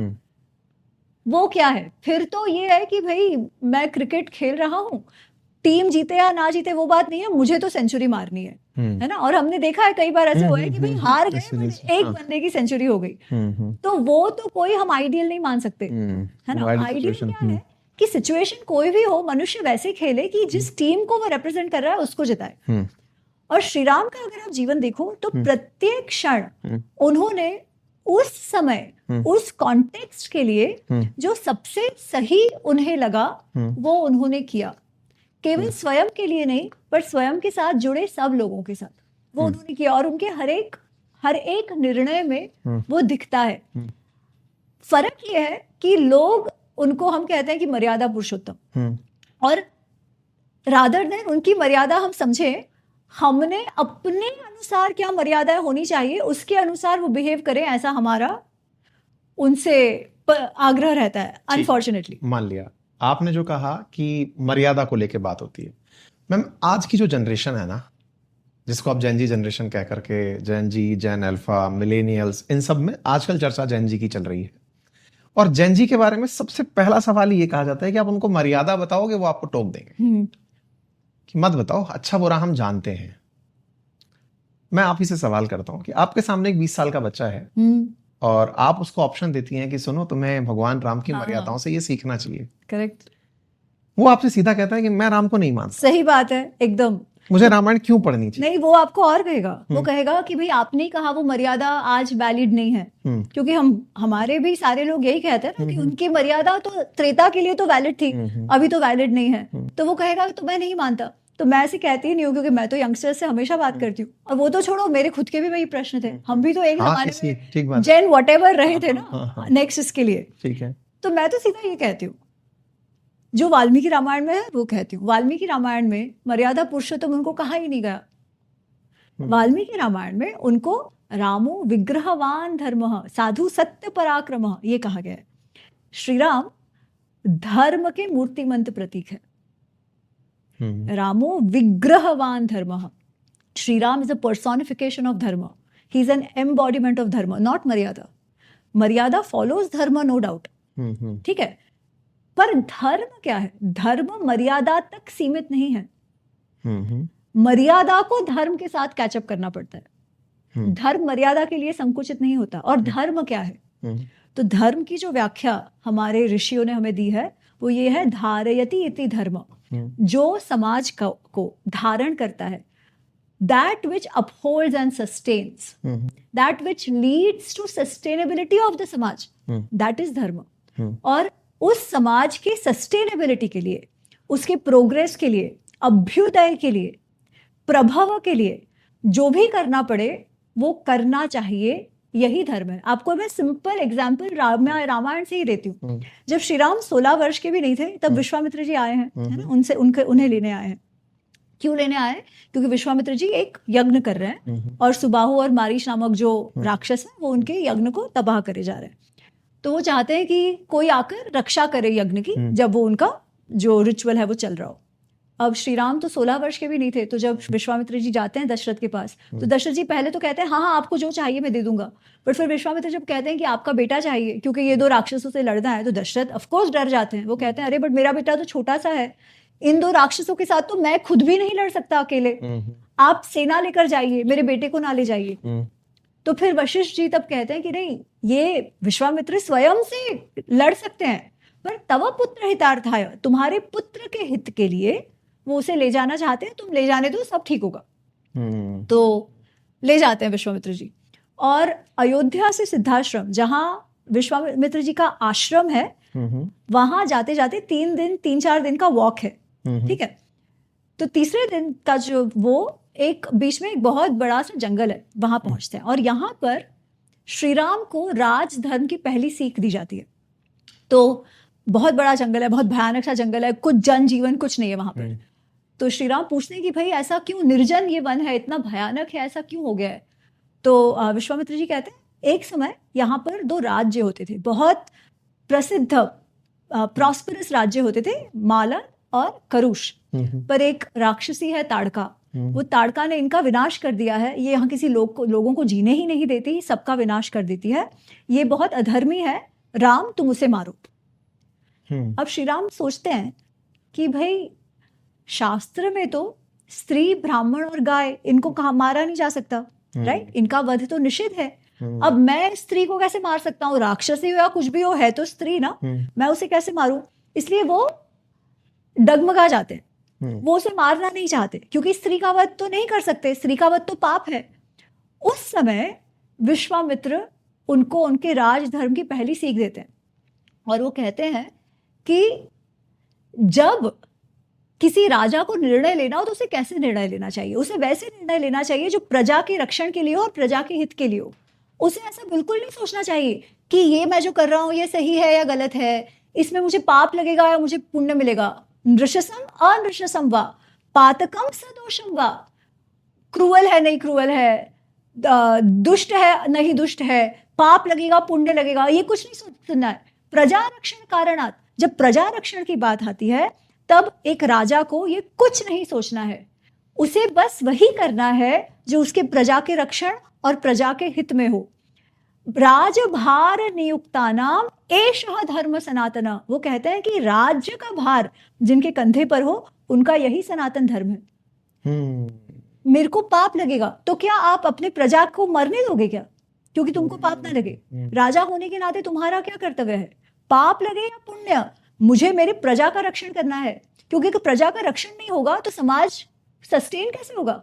एक सवाल जी, बहुत इंटरेस्टिंग कन्वर्सेशन आगे बढ़ रहा है। राजधर्म है, राजधर्म के साथ एक पुत्र धर्म है, एक पिता धर्म है, एक भ्रातृ धर्म है, एक पति धर्म है, तमाम प्रकार के कर्तव्यों से जुड़े धर्म हैं। अब ऐसे में प्रायोरिटाइज किया जा सकता है क्या कि कौन सा धर्म? ऑफ कोर्स करना ही पड़े, उसे तो हम धर्म संकट कहते हैं ना। धर्म संकट मतलब क्या? धर्म संकट मतलब हमारे ही बहुत सारे धर्म होते हैं, वो धर्म जो है वो एक दूसरे के कॉन्फ्लिक्ट में आए, तब आप क्या करो? तब आपका सबसे पहला धर्म क्या होना चाहिए, वो आप कैसे निर्णय लो, यही बात तो आती है। इसी का तो पूरा खेल है ना, जो आप चॉइसेस की बात कर रहे हो। ऐसा नहीं है अगर एक चॉइस आपको मालूम है गलती है और एक चॉइस सही है ना, तो चॉइस करना आसान है। खैर उसमें भी कई बार नहीं चॉइस कर पाते, वो अलग चीज है ना। परंतु आपको पता है कि दोनों ही गलत नहीं है। भगवान राम का अयोध्या से वनवास जाना, मैं वापस आऊंगा विश्वामित्र वाली कहानी पे, लेकिन दर्शकों की दृष्टि से इसे समझने का प्रयास करते हैं। भगवान राम का वनवास जाना अपने पिता को दिया गया पुत्र धर्म था कि पिताजी आपने वचन दिया, आपकी बात की पालना के लिए मैं जा रहा हूं, या फिर रघुकुल रीत सदा चली आई, प्राण जाए पर वचन न जाई, ये एक राजधर्म था, या फिर मर्यादा जो कि धर्म ने स्थापित कर दी? ये एक्चुअली जो प्रसंग है, यो आपने जो ऑप्शंस दिए ना उससे भी ज्यादा गूढ़ और ज्यादा रोचक है। बताइए जो प्रसंग जो जिसकी आप बात कर रहे हो। श्री राम ने वनवास क्यों स्वीकार किया, प्रश्न ये आता है। अब पहला प्रश्न तो ये, जब रघुकुल रीत की जब बात आती है, प्राण जाए पर वचन न जाए, तो ये कहाँ से आती है कि दशरथ जी ने कैकेयी को वचन दिया था, है ना, कि मैं तुम्हें 2 वरदान दूंगा, तुम जो चाहो तुमको दे दूंगा, ये उन्होंने वचन दिया था। परंतु मैं राम को राजा बनाऊंगा, ये वचन भी उन्होंने प्रजा को दिया था। हम्म, प्रजा, उन्होंने कोई एक दिन उठ के नहीं कहा था राम को राजा बनाऊंगा, पूरी सभा लगी थी, सभा में निर्णय लिया गया था कि प्रजा चाहती थी राम ही राजा बने, ठीक है। तो उन्होंने ये वचन जो है प्रजा को भी दिया था। तो अब कौन सा वचन ना जाए, राइट। तो उस समय क्या होता है, तो वैसे और वैसे भी देखा जाए, ठीक है, तो एक राजा को ये तो ध्यान रखना ही पड़ेगा ना कि कौन सा वचन कब महत्वपूर्ण होता है। आज अगर कोई प्रधानमंत्री है ना, उसने अपने बेटे को वचन दिया हो कि मैं तेरे लिए कुछ कुछ लेकर आऊंगा या तो तेरे लिए कुछ करूंगा, पर वो अगर गलत हो तो क्या हम बोलेंगे नहीं नहीं हम तो भाई रघुकुल रीत की बात कर रहे हैं यहाँ पे, उन्होंने पुत्र को वचन दिया हुआ है तो भले वो राज्य को तबाह कर दे, ऐसा थोड़ी होता है, राइट। तो उसमें भी तो आपकी बाउंड्री तो होनी चाहिए ना, सही मर्यादा तो उसमें होनी चाहिए। दशरथ के केस में पत्नी को दिया वचन प्राथमिकता पा गया या प्रजा को दिया हुआ? आप बताइए, उन्होंने पत्नी क्या को किया? दिया हुआ, करेक्ट। हाँ। क्या वो सही था? तो पति धर्म वर्सेस राज धर्म में प्रायोरिटी उन्होंने पति धर्म को दी। Correct. धर्म संकट का सबसे correct, exactly, he had to make a choice, right. वो कह सकते थे तो ना, यहाँ का कंक्लूजन है कि राज धर्म आपका पहले है, उसके बाद में आता है पति धर्म। अभी हम कोई किसी निष्कर्ष पे नहीं पहुंचे, ठीक है, ठीक है।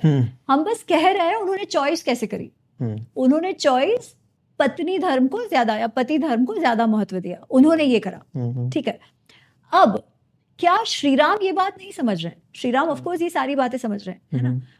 तो पर उन्होंने क्यों ऐसे स्वीकार किया? इसके वो 3 कारण देते हैं। अनलाइक जो हम सोचते हैं कि भाई पिता ने कहा तो चल दिए, वो इतना सिंपली वाल्मीकि रामायण में नहीं दिया हुआ। वाल्मीकि रामायण में वो स्वयं 3 इसके कारण दे रहे हैं, ठीक है। क्योंकि लक्ष्मण बोल रहे हैं कि ये तो आप गलत कर रहे हो, उनको वनवास मिलना, भाई आपको अपना वरदान रखना हो आप रखो, आप अपने बच्चे को कैसे पनिश कर सकते हो उसके लिए, वैसे आप सोचा जाए तो, राइट। किसी को वनवास भेज देना तो पनिशमेंट है, दंड है, दंड के लिए उसे कुछ बुरा तो करना चाहिए, नहीं तो कैसे आप किसी को भी दंड दे दो, भाई आपने किसी को वरदान दिया हो मतलब क्या, राइट। तो यही बात लक्ष्मण कह रहे हैं कि हमारे पिता जो है वो एक स्त्री के बहकावे में आकर ये गलत काम कर रहे हैं, अधर्म कर रहे हैं, अन्याय कर रहे हैं, आपको उनकी बात माननी नहीं चाहिए। उस समय श्री राम कह रहे हैं कि देखो 3 बातें, मतलब वो 3 बातें ऐसे नहीं कह रहे, वो 3 रीजंस देते हैं। पहला तो वो कहते हैं कि हमारे पिता भी है, राजा भी है, तो राजा की और पिता दोनों की ही बात इसमें आ गई है, तो उनको हमें मानना चाहिए, पहली बात। दूसरी बात, सपोज आज मैं कहूँ कि नहीं जाऊंगा तो वो मुझे रोकेंगे नहीं, वो मुझे जाने पर प्रेशर नहीं करेंगे, पर मैं जानता हूं कि उनको अंदर ही अंदर बहुत बुरा लगेगा कि वो कैकेयी की बात नहीं मान पाए, और मैं नहीं चाहता कि मैं उनके मृत्यु का कारण बनूं, क्योंकि वो बात उनको बहुत जला देगी कि कैकेयी की बात वो नहीं रख पाए। पर वो कहते हैं लक्ष्मण एक और कारण है, वो कहते हैं जिस प्रकार ये परिस्थिति निर्मित हुई है ना, वो तुम देखो कि परिस्थिति किस प्रकार निर्मित हुई है। आज तक मैंने ऐसा कोई काम नहीं किया जिससे मेरे पिता को या मेरी माता को, कोई भी माता को मेरे कारण कोई दुख हो, है ना। भले ही अगर आप वाल्मीकि रामायण देखो तो उसमें कैकेयी और कौशल्या के बीच का बहुत इंटरेस्टिंग डायनामिक दिखाई देता है, क्योंकि दे आर को वाइफ्स ना, पत्नियां। तो क्योंकि कैकेयी को बहुत ज्यादा भाव देते थे दशरथ, तो वो हमेशा बहुत एरोगेंस से बिहेव करती थी कौशल्या माँ के सामने, है ना। तो उनका एक बहुत इंटरेस्टिंग का सा डायनामिक्स है जो अधिकतर लोग बात नहीं करते, पर वो है वाल्मीकि रामायण में। इसके बावजूद श्री राम ने सभी माओं को, पिताजी को एक जैसा आदर सत्कार किया है। फिर वो कहते हैं ना ही कभी माता ने या कैकेयी माँ ने, भले मेरे माँ के साथ उनका जो भी रहा हो, पर उन्होंने कभी मेरे साथ बुरा व्यवहार नहीं किया, हमेशा भरत जैसा ही मुझे प्यार किया है। पर आज उसी माँ के दिमाग में ऐसा विचार आया है कि मुझे कष्ट पहुंचाए, है ना। इसका कोई कारण मुझे समझ में नहीं आ रहा है, क्योंकि मैंने भी ऐसा कुछ किया नहीं है कि ऐसी कोई परिस्थिति निर्मित हो, ऐसा मैंने भी कभी सोचा नहीं था। और ये कैसे बना, एक तो ये समझ नहीं आ रहा कि क्यों हो गया ऐसा, कोई रैशनल दिखाई नहीं दे रहा। सेकंड, मैं अभी राजा बनने वाला था, अभी घंटे के अंदर वो प्रसंग हो जाता, रिचुअल हो जाता, और अचानक से वो मुंह से निवाला छिन जाने वाली बात हो गई है। तो वो कहते हैं कि कई बार जब ऐसी परिस्थिति हो ना, आकस्मिकम असंकल्पितम, एकदम अचानक से हो जाए, जिसके बारे में आपने सोचा ही ना हो कभी, जिसको समझ भी ना आए, तो कई बार ऐसी परिस्थिति में वो कहते हैं कृतांत एव द्रष्टव्यम, उस परिस्थिति में कहीं ना कहीं भाग्य का हाथ भी हो सकता है।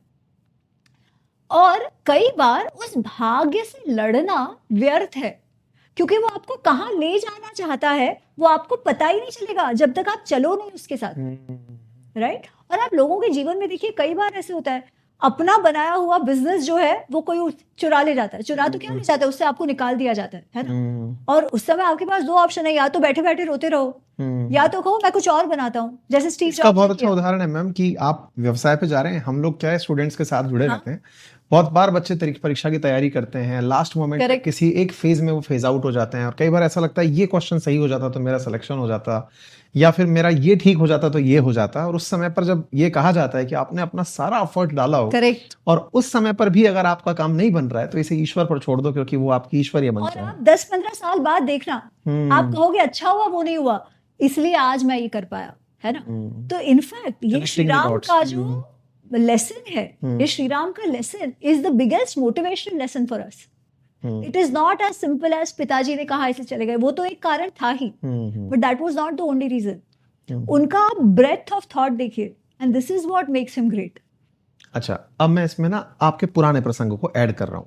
ये तो ठीक है कि आकस्मिक पर उन्होंने जी। कहा कि वो भाग्य का हो सकता है, पर मैम जिन्हें कुछ समय पहले ही विश्वामित्र ने शिक्षा दी हो कि राजधर्म क्या है, करेक्ट, जबकि वो राजा नहीं हैं, वो राजकुमार हैं, और राजकुमार की हैसियत से ही वो उनके साथ जा रहे हैं, और कहा गया है, गुरु वशिष्ठ कह रहे हैं कि इससे राम का भला होगा, करेक्ट, आप इन्हें ले जाने दो और ताड़का का वध करा देते हैं। मैम जो व्यक्ति अभी कुछ समय पहले राजधर्म की शिक्षा राजकुमार होकर लेके लौटा है, मैम वो व्यक्ति जब वापस आता है तब अनाउंसमेंट सुनता है कि पिताजी ने सभा में डिक्लेयर कर दिया है कि Correct. भगवान राम भगवान बनेंगे, वो राजा बनेंगे। अब जब वो राजा बनेंगे तो राजधर्म तो उनका पुष्ट हो चुका है अब तक, तो टेक्निकली जो व्यक्ति ताड़का वध के लिए कन्विंस हो गया था, महिला का वध करने के लिए कन्विंस हो गया था राक्षसी होने के नाते कि मुझे रक्षा करनी है, फैंटास्टिक। वो व्यक्ति यहां आकर राजधर्म क्यों भूल जाए? क्योंकि बहुत बड़ा फर्क है ना। उस समय ताड़का का वध करने के लिए वो राजा के रिप्रेजेंटेटिव है, जिसको वहां पे धर्म एस्टैब्लिश करना है अधर्मी को मारकर, करेक्ट। वो राजा के रिप्रेजेंटेटिव होने के नाते स्वयं राजा के समान ही उस समय वो वहां पर है। जबकि जो अगला प्रसंग जो है वो वनवास का प्रसंग, उसमें अभी तक वो स्वयं राजा नहीं बने, राजधर्म का पालन करने का किसका किरदार अभी उनमें आया नहीं है, क्योंकि पावर अभी उनके पास है, डेलीगेशन ऑफ पावर नहीं हुआ है किसने निभाना चाहिए था, राजा उनके को। पिताजी ने। वो अभी वो राजा बने नहीं है ना। और एज ए सिटीजन और एज ए पुत्र राजा का ही आदेश आपका माने। क्या है ना। तो वो फर्क भी समझना चाहिए। ऑल्सो कई बार कौन सी चीज ज्यादा महत्वपूर्ण है ये भी आपको देखना पड़ेगा। क्या प्रसंग, क्या ऐसे वो, क्या दशरथ इतने बुरे राजा थे कि श्री राम को बगावत करनी चाहिए थी उनके लिए, राइट। ऐसा अधर्म तो उनके इंडिविजुअल के साथ हो रहा है, सबके साथ नहीं हो रहा है। आप अगर उससे फर्क अगर महाभारत में देखो, है ना, तो महाभारत में जिस प्रकार केवल दुर्योधन नहीं, पर उसको दुर्योधन के अन्याय को सपोर्ट करने के लिए इतने सारे लोग इकट्ठा हो गए, है ना, और किसी कीमत पर वो युद्ध से पीछे हटने को तैयार नहीं था, तब जाके वो युद्ध हुआ। तो मैम एक बात बताइए, ठीक है मान तो लीजिए ये फर्क है, चॉइसेस का फर्क है ना, तो क्या हम ये कह सकते हैं कि राजा दशरथ की खराब चॉइसेस का परिणाम रामायण है? खराब या सही की बात ना कर हम ये तो कह ही सकते हैं कि उन्होंने अपने राजधर्म का पालन तो नहीं किया। ओके, तो यहां से अगर कोई प्रायोरिटाइज करने की बात करे तो अब तक ये स्थापित हो चुका है कि राजा को राजधर्म का पालन करना चाहिए। That is rajdharma. That is राजा के लिए सबसे महत्वपूर्ण प्रजा सर्वोपरि ही है। राजा अगर एक पति, पिता, भाई, तो भी, पुत्र जो भी हो, तो भी आप उसे आज के दृष्टांत में देखिए ना, आज भी जो हमारा आज हमारे प्राइम मिनिस्टर हो, जो भी हो, ठीक है, क्या हम एज सिटीजन उनसे ये अपेक्षा नहीं रखते क्या?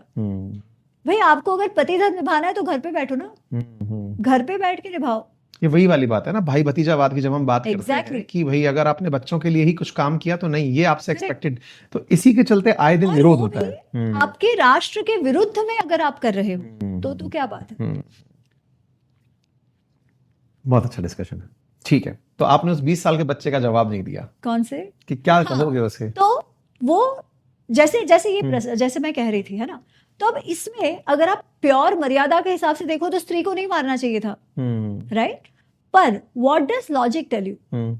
लॉजिक सेज उसे मारना चाहिए, सिंपल चीज है। आज भी अगर हम देखें तो हम कहते हैं अहिंसा परमो धर्म, ये तो बात सही है, परंतु अगर कोई आतंकवादी है ना, वो कितने सारे हजारों लोगों को मारता है, तो उसे मारना चाहिए कि नहीं मारना चाहिए? वहां आप अहिंसा बीच में लाओगे तो क्या होगा?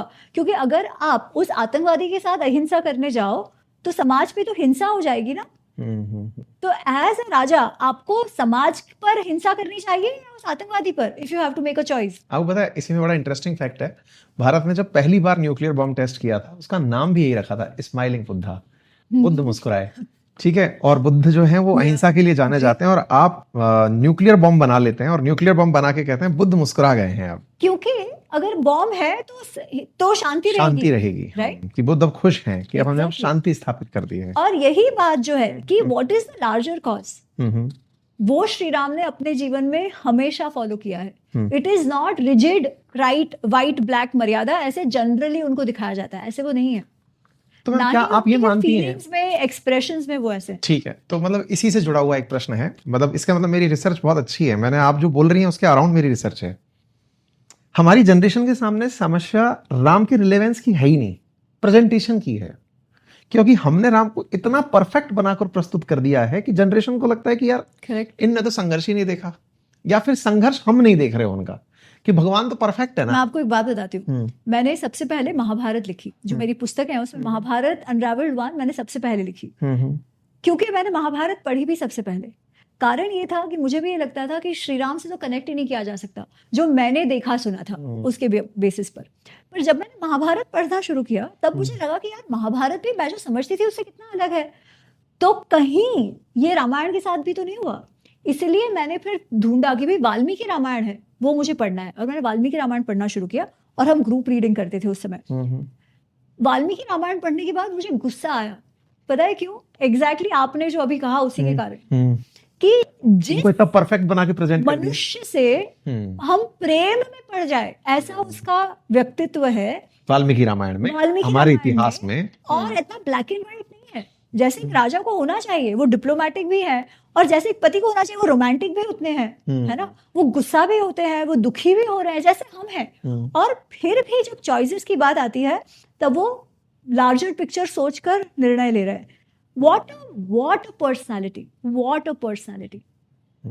तो बात तो सही है, और प्रेजेंटेशन का तो बात यही है, क्योंकि हम वाल्मीकि रामायण की बात नहीं करते, उससे ज्यादा कुछ भी नहीं है, ठीक है, उससे ज्यादा कुछ भी नहीं है। और आज भी जब मेरे लिए सबसे हाई बात वो होती है जब ये रामायण अनरावल पढ़ के मुझे लड़कियों के मैसेजेस आते हैं, एंड वो कहते हैं कि मैम हम चलो जय श्री राम बोल तो देते थे, पर अब हम कनेक्ट हो पा रहे हैं। और मैं कहती हूँ कि इसमें मेरा कुछ भी नहीं है, जो वाल्मीकि जी ने कहा है वही कह रही हूँ मैं, सब उसमें है, इट्स ऑल देयर। मैं आऊंगा, लड़कियों वाली बात पर भी आऊंगा, क्योंकि ये कुछ ऐसे सवाल हैं जो आने वाले समय में बहुत ज्यादा प्रचलित सवाल होते हैं, और अभी भी हैं, इतिहास में भी काफी चर्चित सवाल हैं। क्योंकि अब हम यात्रा के अंदर एंट्री कर रहे हैं, और मैं जब 30 दिन जब जगह जगह से गुजरूंगा तो मेरे दिमाग में मैम 2 तरह के थॉट चलने वाले हैं। सबसे पहला थॉट होगा एक वो जो मैंने मानस में पढ़ा है, लोक कथाओं में सुना है, अपने पूर्वजों से, अपने घर के बड़ों से, अपनी लोक मान्यताओं में, पुस्तकों में मैंने सुना और पढ़ा है। एक वो है जो वाल्मीकि रामायण आप बात कर रही हैं, मैं इन पुस्तकों को पूरे रास्ते पढ़ने वाला हूं, यथासंभव प्रयास करूंगा कि हर दिन कुछ पढ़ूं और लोगों को अपनी बातें एक अनुभव के साथ साझा करते हुए चलता भी जाऊं। इन सबके बीच में मैम मेरे दिमाग में एक बाध्यता ये भी रहेगी कि रामायण पढ़ते हुए मैं ज्योग्राफी भी मैप करने लगूंगा, क्योंकि जब मैं यात्रा पथ पे हूं और मैप करते हुए जाऊंगा कि आज मैं अयोध्या हूं, चित्रकूट हूं, पंचवटी हूं, श्रृंगेरपुर हूं, प्रयागराज हूं। क्या आपकी नजर में, मतलब मैं इसलिए पूछना चाह रहा हूं कि जब आपने इतिहास पढ़ा उसको ज्योग्राफी से मैप करना ठीक भी है या नहीं है? आपने एक्चुअली बहुत कठिन सवाल पूछा है, कठिन और इजी दोनों कहूंगी मैं। एक्चुअली उसके पहले मैं एक और बात कहना चाहती हूँ, क्योंकि आप मानस की बात कर रहे हो और वाल्मीकि रामायण दोनों की आप बात करें, क्योंकि आपने मानस और वाल्मीकि रामायण की बात की है, तो पहले मैं उस पर एक चीज बताना चाहती हूँ कि मानस और वाल्मीकि रामायण में फर्क है, और मैं कई बार जो लोक प्रचलित मान्यता है और एक्चुअल वाल्मीकि रामायण में क्या है उसके विषय में बात करती हूँ। फिर भी मैं ये बिल्कुल नहीं कहती कि मानस को भाई आप डिस्कार्ड कर दो, ये मैं बिल्कुल नहीं कहती, ना ही मेरी औकात है ऐसा कुछ कहने के लिए, क्योंकि मानस का जो ग्रंथ है वो उस समय समाज में तुलसीदास जी ने दिया, जब समाज में आक्रांताओं ने बहुत ज्यादा विनाश कर दिया था। हमारे मंदिर टूटे जा रहे थे, हमारी स्त्रियों के साथ बलात्कार हो रहे थे, हिंदू रहना कठिन था, है ना, हमारे भगवानों की मूर्तियों को तोड़ा जा रहा था। उस समय समाज को एक ऐसे रूप की आवश्यकता थी जो स्वयं ही इन सब से गुजरा हुआ हो, स्वयं ने जीवन में बहुत संघर्ष देखे हो, पर फिर भी वो अपने धर्म पर आरूढ़ रहा, है ना, और बिना किसी के साथ राग द्वेष के जो करना चाहिए करता रहा, धीरज से करता रहा। वो श्री राम थे, और उस श्री राम ने हमें धाड़स बंधाया।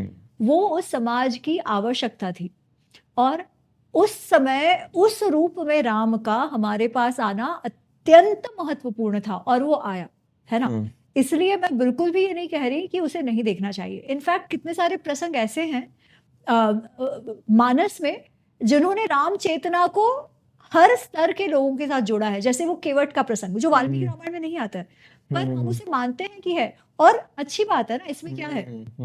वैसे भी अगर आप भाव से देखें तो श्री राम प्रत्येक समाज के प्रत्येक स्तर के प्रत्येक मनुष्य के लिए है ना, भाव से देखा जाए तो उसमें अगर केवट जैसा कोई हो तो भी, भले वाल्मीकि रामायण में लिखा ना हो तो भी भाव तो वही है ना। श्री राम सबके है, वो केवट के भी है, वो शबरी माँ के भी है ना, और वो गुह के भी है, सबके है वो। तो उस भाव को वो दर्शित करता है। तो आप जब जाएं तो आप श्रृंगेरपुर में जाएंगे, अयोध्या के मंदिर में जाएंगे, वहां भी केवट जी का ये है, उसे भी एक्सेप्ट करिए, उसे नकारने की आवश्यकता नहीं है ना।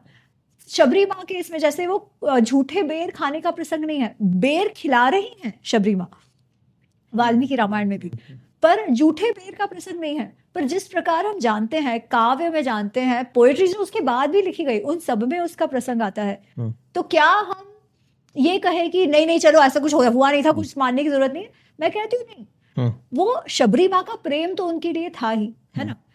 जिसने किसी ने ये बात करी कि झूठे बेर खिलाए, उन्होंने भी अच्छे भाव से कहा, इतना समझ ना कि भाई वाल्मीकि रामायण में नहीं है, वो ठीक है ना, समझ गया।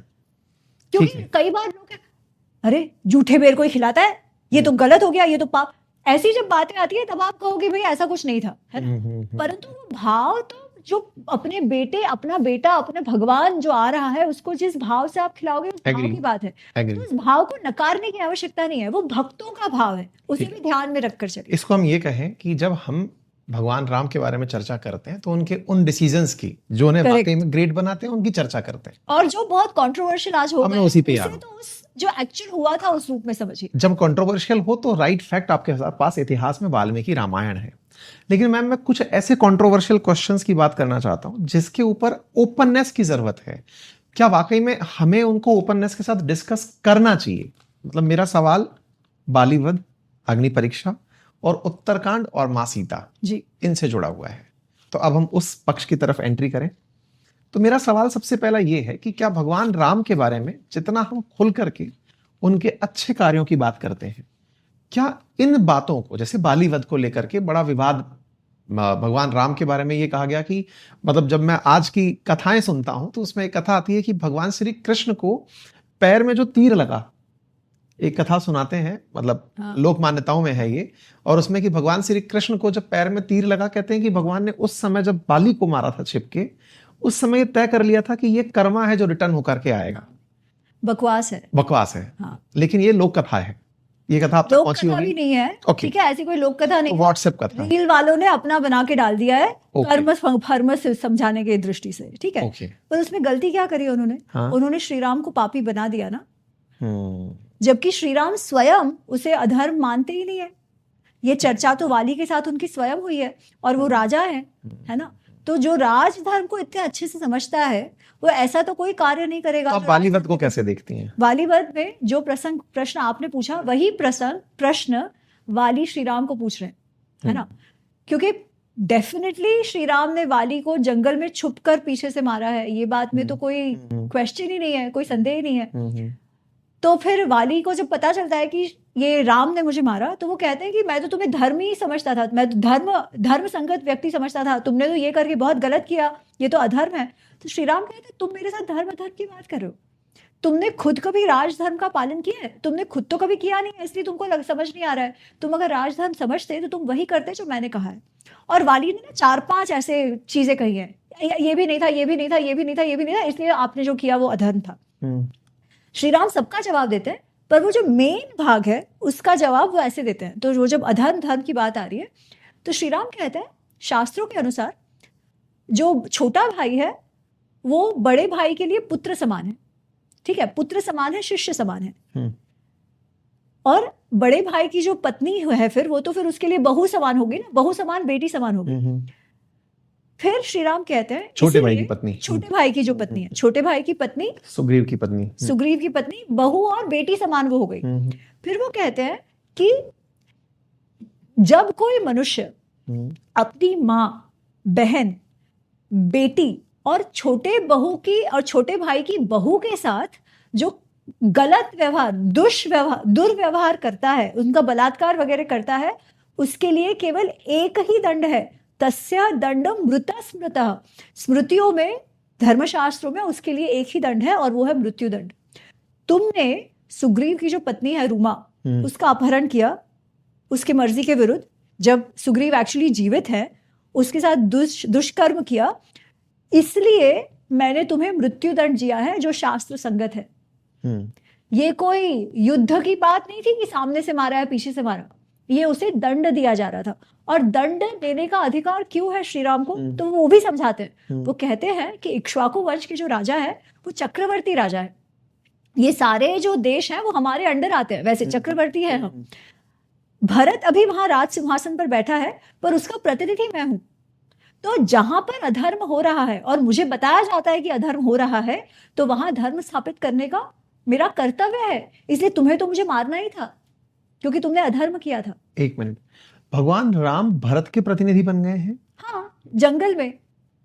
ओके, इसीलिए तो जब पहले भी, क्योंकि वो क्षत्रिय होना तो बंद नहीं हो गए थे, ठीक है, तो जब वो वनवास में आते हैं पहले, तो चित्रकूट से फिर दंडकारण्य आते हैं। तो दंडकारण्य जब आते हैं तो बहुत सारे ऋषि उनसे मिलने जाते हैं।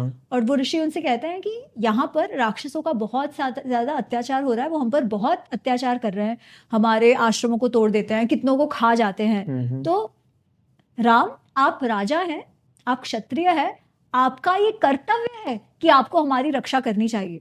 वो गिड़गिड़ा नहीं रहे हैं, वो उनको कह रहे हैं कि आपका कर्तव्य है, हाँ, कि आपको हमारी रक्षा करनी चाहिए। तो श्री राम कहते हैं ठीक है, मैं तुम्हारी रक्षा करूं, मैं आपकी रक्षा करूंगा। उस समय सीता जी बिल्कुल प्रसन्न नहीं होती। वो कहती हैं कि हम तो यहाँ तपस्वी के रूप में आए हैं, है ना, वनवास में आए हैं, तपस्वी के रूप में आए हैं, तो अभी आप क्यों हथियार उठा रहे हो? ये राक्षस जो है उन्होंने आपका तो कुछ नहीं बिगाड़ा, है ना, क्योंकि राक्षसों का श्री राम के साथ तो कुछ बुरा नहीं हुआ था कि उन्होंने आपका तो कुछ नहीं बिगाड़ा, तो आप क्यों बिना वजह हिंसा करना चाहते हो? उस समय श्री राम सीता जी से कहते हैं कि पहली बात तो क्षत्रिय जो है वो शस्त्र उठाता है इसलिए है, राजा कहीं पर भी हो वो राजा ही रहता है, मतलब उसे धर्म संस्थापन करना ही पड़ता है, या ये उसका कर्तव्य है। क्षत्रिय होने के नाते मैं शस्त्र उठाता ही इसलिए हूँ ताकि जो इनोसेंट लोग हैं, जो इस प्रकार के लोग हैं जिनके साथ अधर्मी अत्याचार कर रहे हो, उनका रक्षण करना तो मेरा धर्म है। वो यहाँ क्षत्रिय धर्म निभा रहे हैं या राज धर्म निभा? दोनों वही है ना। नहीं, क्षत्रिय होना राजा होने के लिए जरूरी नहीं। जो यहाँ पर बात हो रही है वो राजा होने के साथ साथ एक क्षत्रियों की बात। चूंकि राजा नहीं बनेंगे वो, तभी दशरथ ने उन्हें निकाला है कि आप जाइए वनवास। तो है ही, हाँ, तो राजपुत्र हैं तो वो क्षत्रिय रिप्रेजेंटेटिव हैं। हाँ, और वो क्षत्रिय धर्म, आइडेंटिटी एज द राजकुमार of Ayodhya has not gone away. वो वनवास में 14 वर्षों के लिए है, उनको कोई परिवार से बाहर नहीं निकाल दिया गया। क्या हम ये नहीं कह सकते मैम कि भगवान राम की चरण पादुकाओं को रखकर शासन किया जा रहा है, तो शासन में तो अभी भी वही है। कह सकते हैं, बट जो श्री राम कह रहे हैं वही तो, उन्होंने त्याग नहीं दिया है। वो 14 वर्ष बाद वो वापस आने वाले हैं, पर 14 वर्ष के बीच भी ऐसा नहीं है कि जो राज परिवार का है वो अपना सारा कर्तव्य छोड़ दे, ऐसा तभी भी नहीं होगा। यही वो कह रहे हैं। बात वही है कि जब आप उस पोजीशन पे हो या होंगे और उस परिवार में हो जहाँ पे नेचुरली आप बनने वाले हो, तो उस समय भी आप अपना जो धर्म है वो छोड़ नहीं सकते। यहाँ पे क्षत्रिय धर्म भी, क्योंकि क्षत्रिय का तो जो कर्तव्य है वो रक्षा करना है ना। तो वो कह रहे हैं इसीलिए मुझे इनकी रक्षा करनी पड़ेगी। और तुमने ही देखा वो आए हैं मेरे पास रक्षा मांगने के लिए। उस समय भी जिस प्रकार वो ऋषि बात करता है वो समझने जैसा है। वो कहते हैं कि राजा जो है वो कर लेता है, टैक्स लेता है। टैक्स क्यों लेता है? ताकि वो प्रजा का रक्षण कर सके, है ना। वो कहते हैं कि हम ऋषि हैं, हम जंगल में रहते हैं, हम टैक्स तो नहीं भरते, परंतु हम जो पुण्य कर्म करते हैं उसका 1/4 भाग राजा को जाता है, इसीलिए ये आपका कर्तव्य है। वो ये नहीं कह रहे प्लीज आप हमारी रक्षा करो, ये नहीं कह रहे, वो कह रहे हैं आपका कर्तव्य है हमारी रक्षा करना। और श्री राम वो बात मानते हैं। It's the same logic which gets extended there, कि जहां पर भी अधर्म हो रहा हो, और वो भी इस प्रकार का अधर्म, क्योंकि जब कोई इतना राजा इस प्रकार मन में आए वो स्त्री को उठा लेगा जो अपनी बेटी जैसी स्त्री है, तो क्या होगा? उसका विनाश होना तो आवश्यक है, कैसे भी हो, क्योंकि वही धर्म की स्थापना की बात है। और ये बाली वध है। ठीक है, तो बाली वध को भगवान ने इस तरह जस्टिफाई किया कि उन्होंने धर्म की स्थापना की, नंबर 1, उन्होंने अपना धर्म निभाया जो उनका क्षत्रिय धर्म था और राजधर्म था। ठीक है, और वाली को दंड किया क्योंकि वाली अधर्मी था, ये भी भूलना नहीं चाहिए। वो किसी को भी उठा के नहीं मार रहे, जो अधर्मी है उन्हीं को मार रहे। तो ये भी आज के कंकरेंट इतिहास में लिखा जाता है कि विजेताओं का इतिहास होता है, करेक्ट, और जीतने वाले का जो जीता हुआ लॉ है वो धर्म होता है। आज से थोड़ा सा इसे रिलेट करते हैं, हाँ। हालांकि बहुत मुश्किल होगा वहां से एकदम ट्रांजिशन फ्लिप करना। नहीं, बिल्कुल मुश्किल नहीं है। मैं आपको बताती हूँ क्यों। प्लीज बताइए। क्योंकि आज जो हम जब कहते हैं कि history is written by victors, who writes it? Who writes it? जो उस तंत्र के या तो सेवक हैं या तो तभी के जो कवि हैं, या आप देखो ना जो सारे ये जो मुगल इन्वेजन्स जो हुए है ना, उनका सारा इतिहास किसने लिखा? अल-बरूनी या उनके जो स्टेट के जो हिस्टोरियंस थे उन सब ने लिखा, है ना। तो उसमें तो हो सकता है, या ब्रिटिशर्स ने जब इंडिया का इतिहास लिखा तो ब्रिटिशर्स ने लिखा अपने अनुसार। क्या श्री राम ने वाल्मीकि जी को बोला था कि तुम मेरा इतिहास लिखो? नहीं। या पांडवों ने बोला था इनको कि तुम इतिहास लिखो? नहीं, राइट। क्या वो स्टेट पैट्रोनेज पे थे कि उनको पैसे दिए जा रहे थे? तो पहली बात तो ये कि वो लिखवाया नहीं गया है, इन लोगों ने स्वयं लिखा है। वेदव्यास जी तो अपने परिवार की बात कर रहे हैं, है ना। वाल्मीकि जी भी उस समय थे, वो दशरथ के मित्र के रूप में उनको बताया गया है, पहली बात। और सबसे बड़ी बात, वो ऋषि थे। ऋषि शब्द हमारी परंपरा में बहुत हल्के से नहीं कहा जाता। वो कोई किसी राजा के आश्रित, राजा को अच्छा लगे ऐसा बिहेव करने वाले लोग नहीं थे। राज दरबारी नहीं वही थे जो सत्य पर आरूढ़ रहते थे, जिनको सत्य की समझ होती थी, ठीक है। केवल वही जो रियलाइज्ड होते थे। इवेंट जो कहते हैं ना कि वो जो परम सत्य है उसको जो समझ पाते थे, वही ऋषि होते थे। क्या वो ऋषि केवल वो जीत गए हैं इसलिए बताने के लिए दिखेंगे क्या? नहीं तो फिर हमारे पास ऐसा भी हिस्ट्री होना चाहिए था, क्योंकि रावण ने तो कितनों को पहले हराया था श्री राम के आने के पहले, तो उसका इतिहास भी होता था, हो सकता था, राइट। ठीक है, तो ऐसा नहीं है। दूसरा शब्द है धर्म। कहते हैं कि जो जीत गया उसका ही जो उसने माना, क्योंकि आपने धृति जो धर्म आपने कहा जी, वो राजा का जिस तरह का शासन है वही उसका धर्म कंसीडर किया जाता है। धर्म और अधर्म को लेकर के बड़ी बहस है मैम। जब रावण एक राजा है तो रावण का धर्म जो है वो राजधर्म क्या होगा? क्या उसका धर्म ये नहीं होगा कि वो अपनी बहन के नाक काटने वालों से जाके? बराबर है, पर क्या उसने अपनी बहन के लिए किया है? प्रश्न तो वही आता है, क्योंकि हम जो समझते हैं उसने अपनी बहन के लिए किया, वो गलत है। हाँ। क्योंकि उसकी बहन जब जाती है नाक कान कटने के बाद, जब अब रावण के पास जाती है, तो रावण को तो पता ही नहीं क्या हुआ है जन्मस्थान में, जनस्थान में, ठीक है। पहले तो वो डांटती है कि भाई तुम्हें पता नहीं, तुम्हारे 14,000 सैनिक मर गए हैं, तुम यहाँ बैठे बैठे मजे कर रहे हो। फिर वो कहती है देखो मेरे साथ क्या हुआ। अब वैसे तो अगर ये देखता और भाई को इतना बहन से प्रेम था तो सबसे पहले उठ जाता ना वो, और कहता कि भाई किसने तेरे साथ ऐसा किया है, मैं जब भी जाके उसे मारता हूँ। वो ऐसा कुछ नहीं कहता, वो पूछता अरे क्या हुआ। तो बहन बोलती है, अगर भाई बहन में प्रेम होता तो बहन कह देती कि मैं ऐसे राम लक्ष्मण को मिली, उन्होंने मेरे साथ कर दिया। बहन बोलती है मैं जंगल में गई थी, जंगल में मैंने एक स्त्री देखी। कैसी स्त्री? जैसी तो अप्सराएं भी नहीं होती, देवियां भी नहीं होती, यक्षियां भी नहीं होती, उतने सुंदर स्त्री देखी मैंने, जैसे लक्ष्मी स्वयं हो।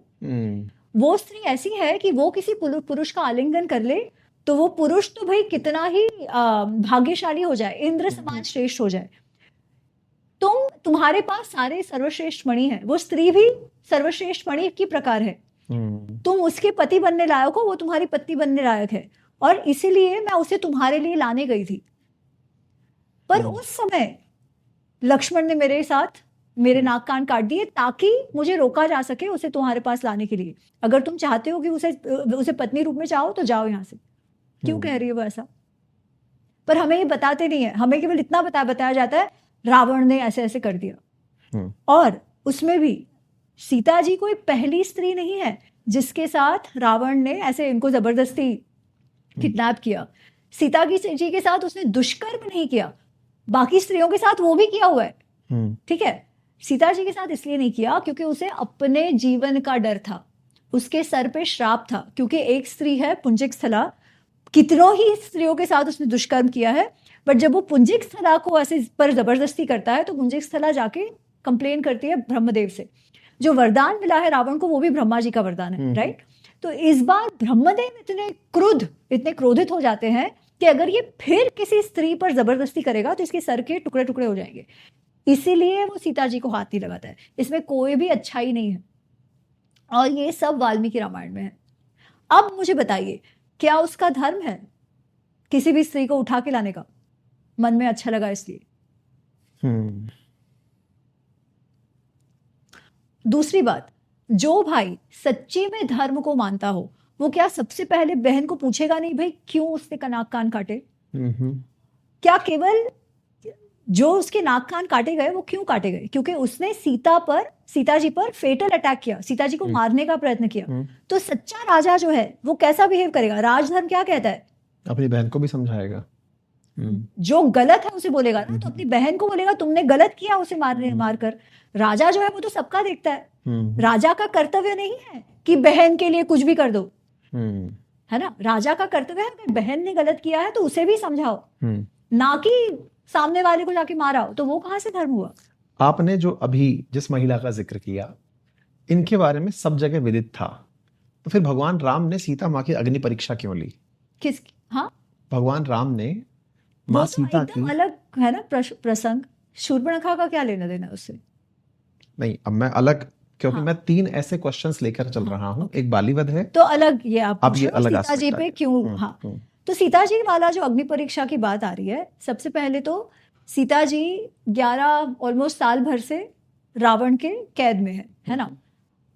अब सीता जी हैं भी बहुत सुंदर, रावण के कैद में है, पर वो कैद में है उस समय कोई ड्रोन्स तो नहीं थे कि जो ऊपर से देख रहे हो कहाँ है कहाँ नहीं।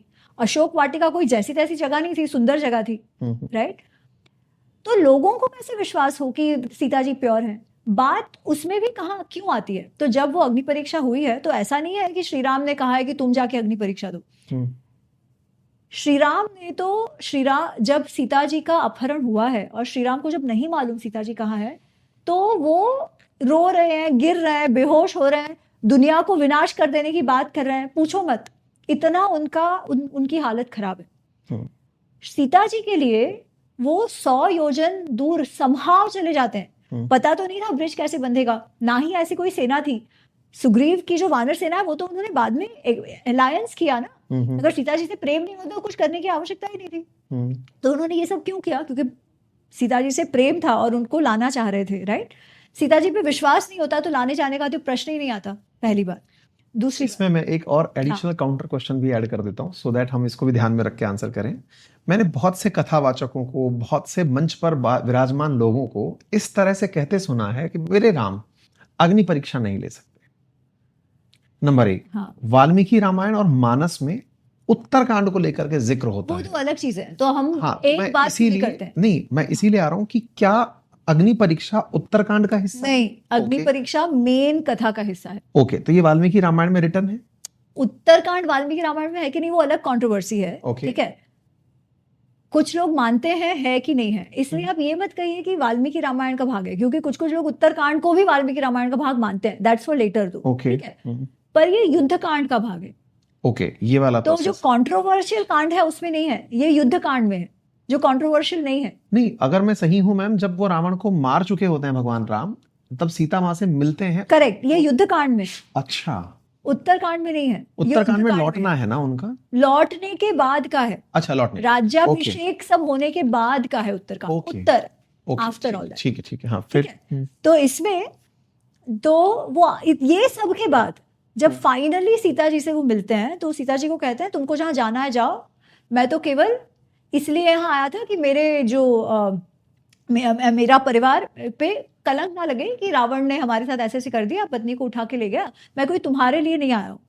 तो obviously Sita ji is shocked, not only Sita ji shocked, Hanuman ji, Lakshman ji, everybody is shocked कि भाई ये कैसे हो गया, ये तो अब तक यहाँ जीवित नहीं रह पा रहे थे सीता जी के बिना, और अब यहाँ ऐसे कह रहे हैं। तो सीता जी भी कहती हैं कि भाई ऐसा ही था, तो जब हनुमान जी आए थे तो उनको बोल देते कि आप मुझे वापस नहीं ले जाना चाहते तो मैं अपना जीवन वैसे ही तभी त्याग देती। आप मेरे साथ क्यों ऐसे, जैसे एक असंस्कारी पुरुष एक असंस्कारी स्त्री के साथ बात करता है वैसे आप क्यों मेरे साथ बात कर रहे हो? आपको मेरा चरित्र पता नहीं है क्या? हम एक साथ इतने बड़े हुए हैं फिर भी आप मेरे साथ ऐसी बात करो। फिर भी ठीक है, मैं बताती हूँ आपको।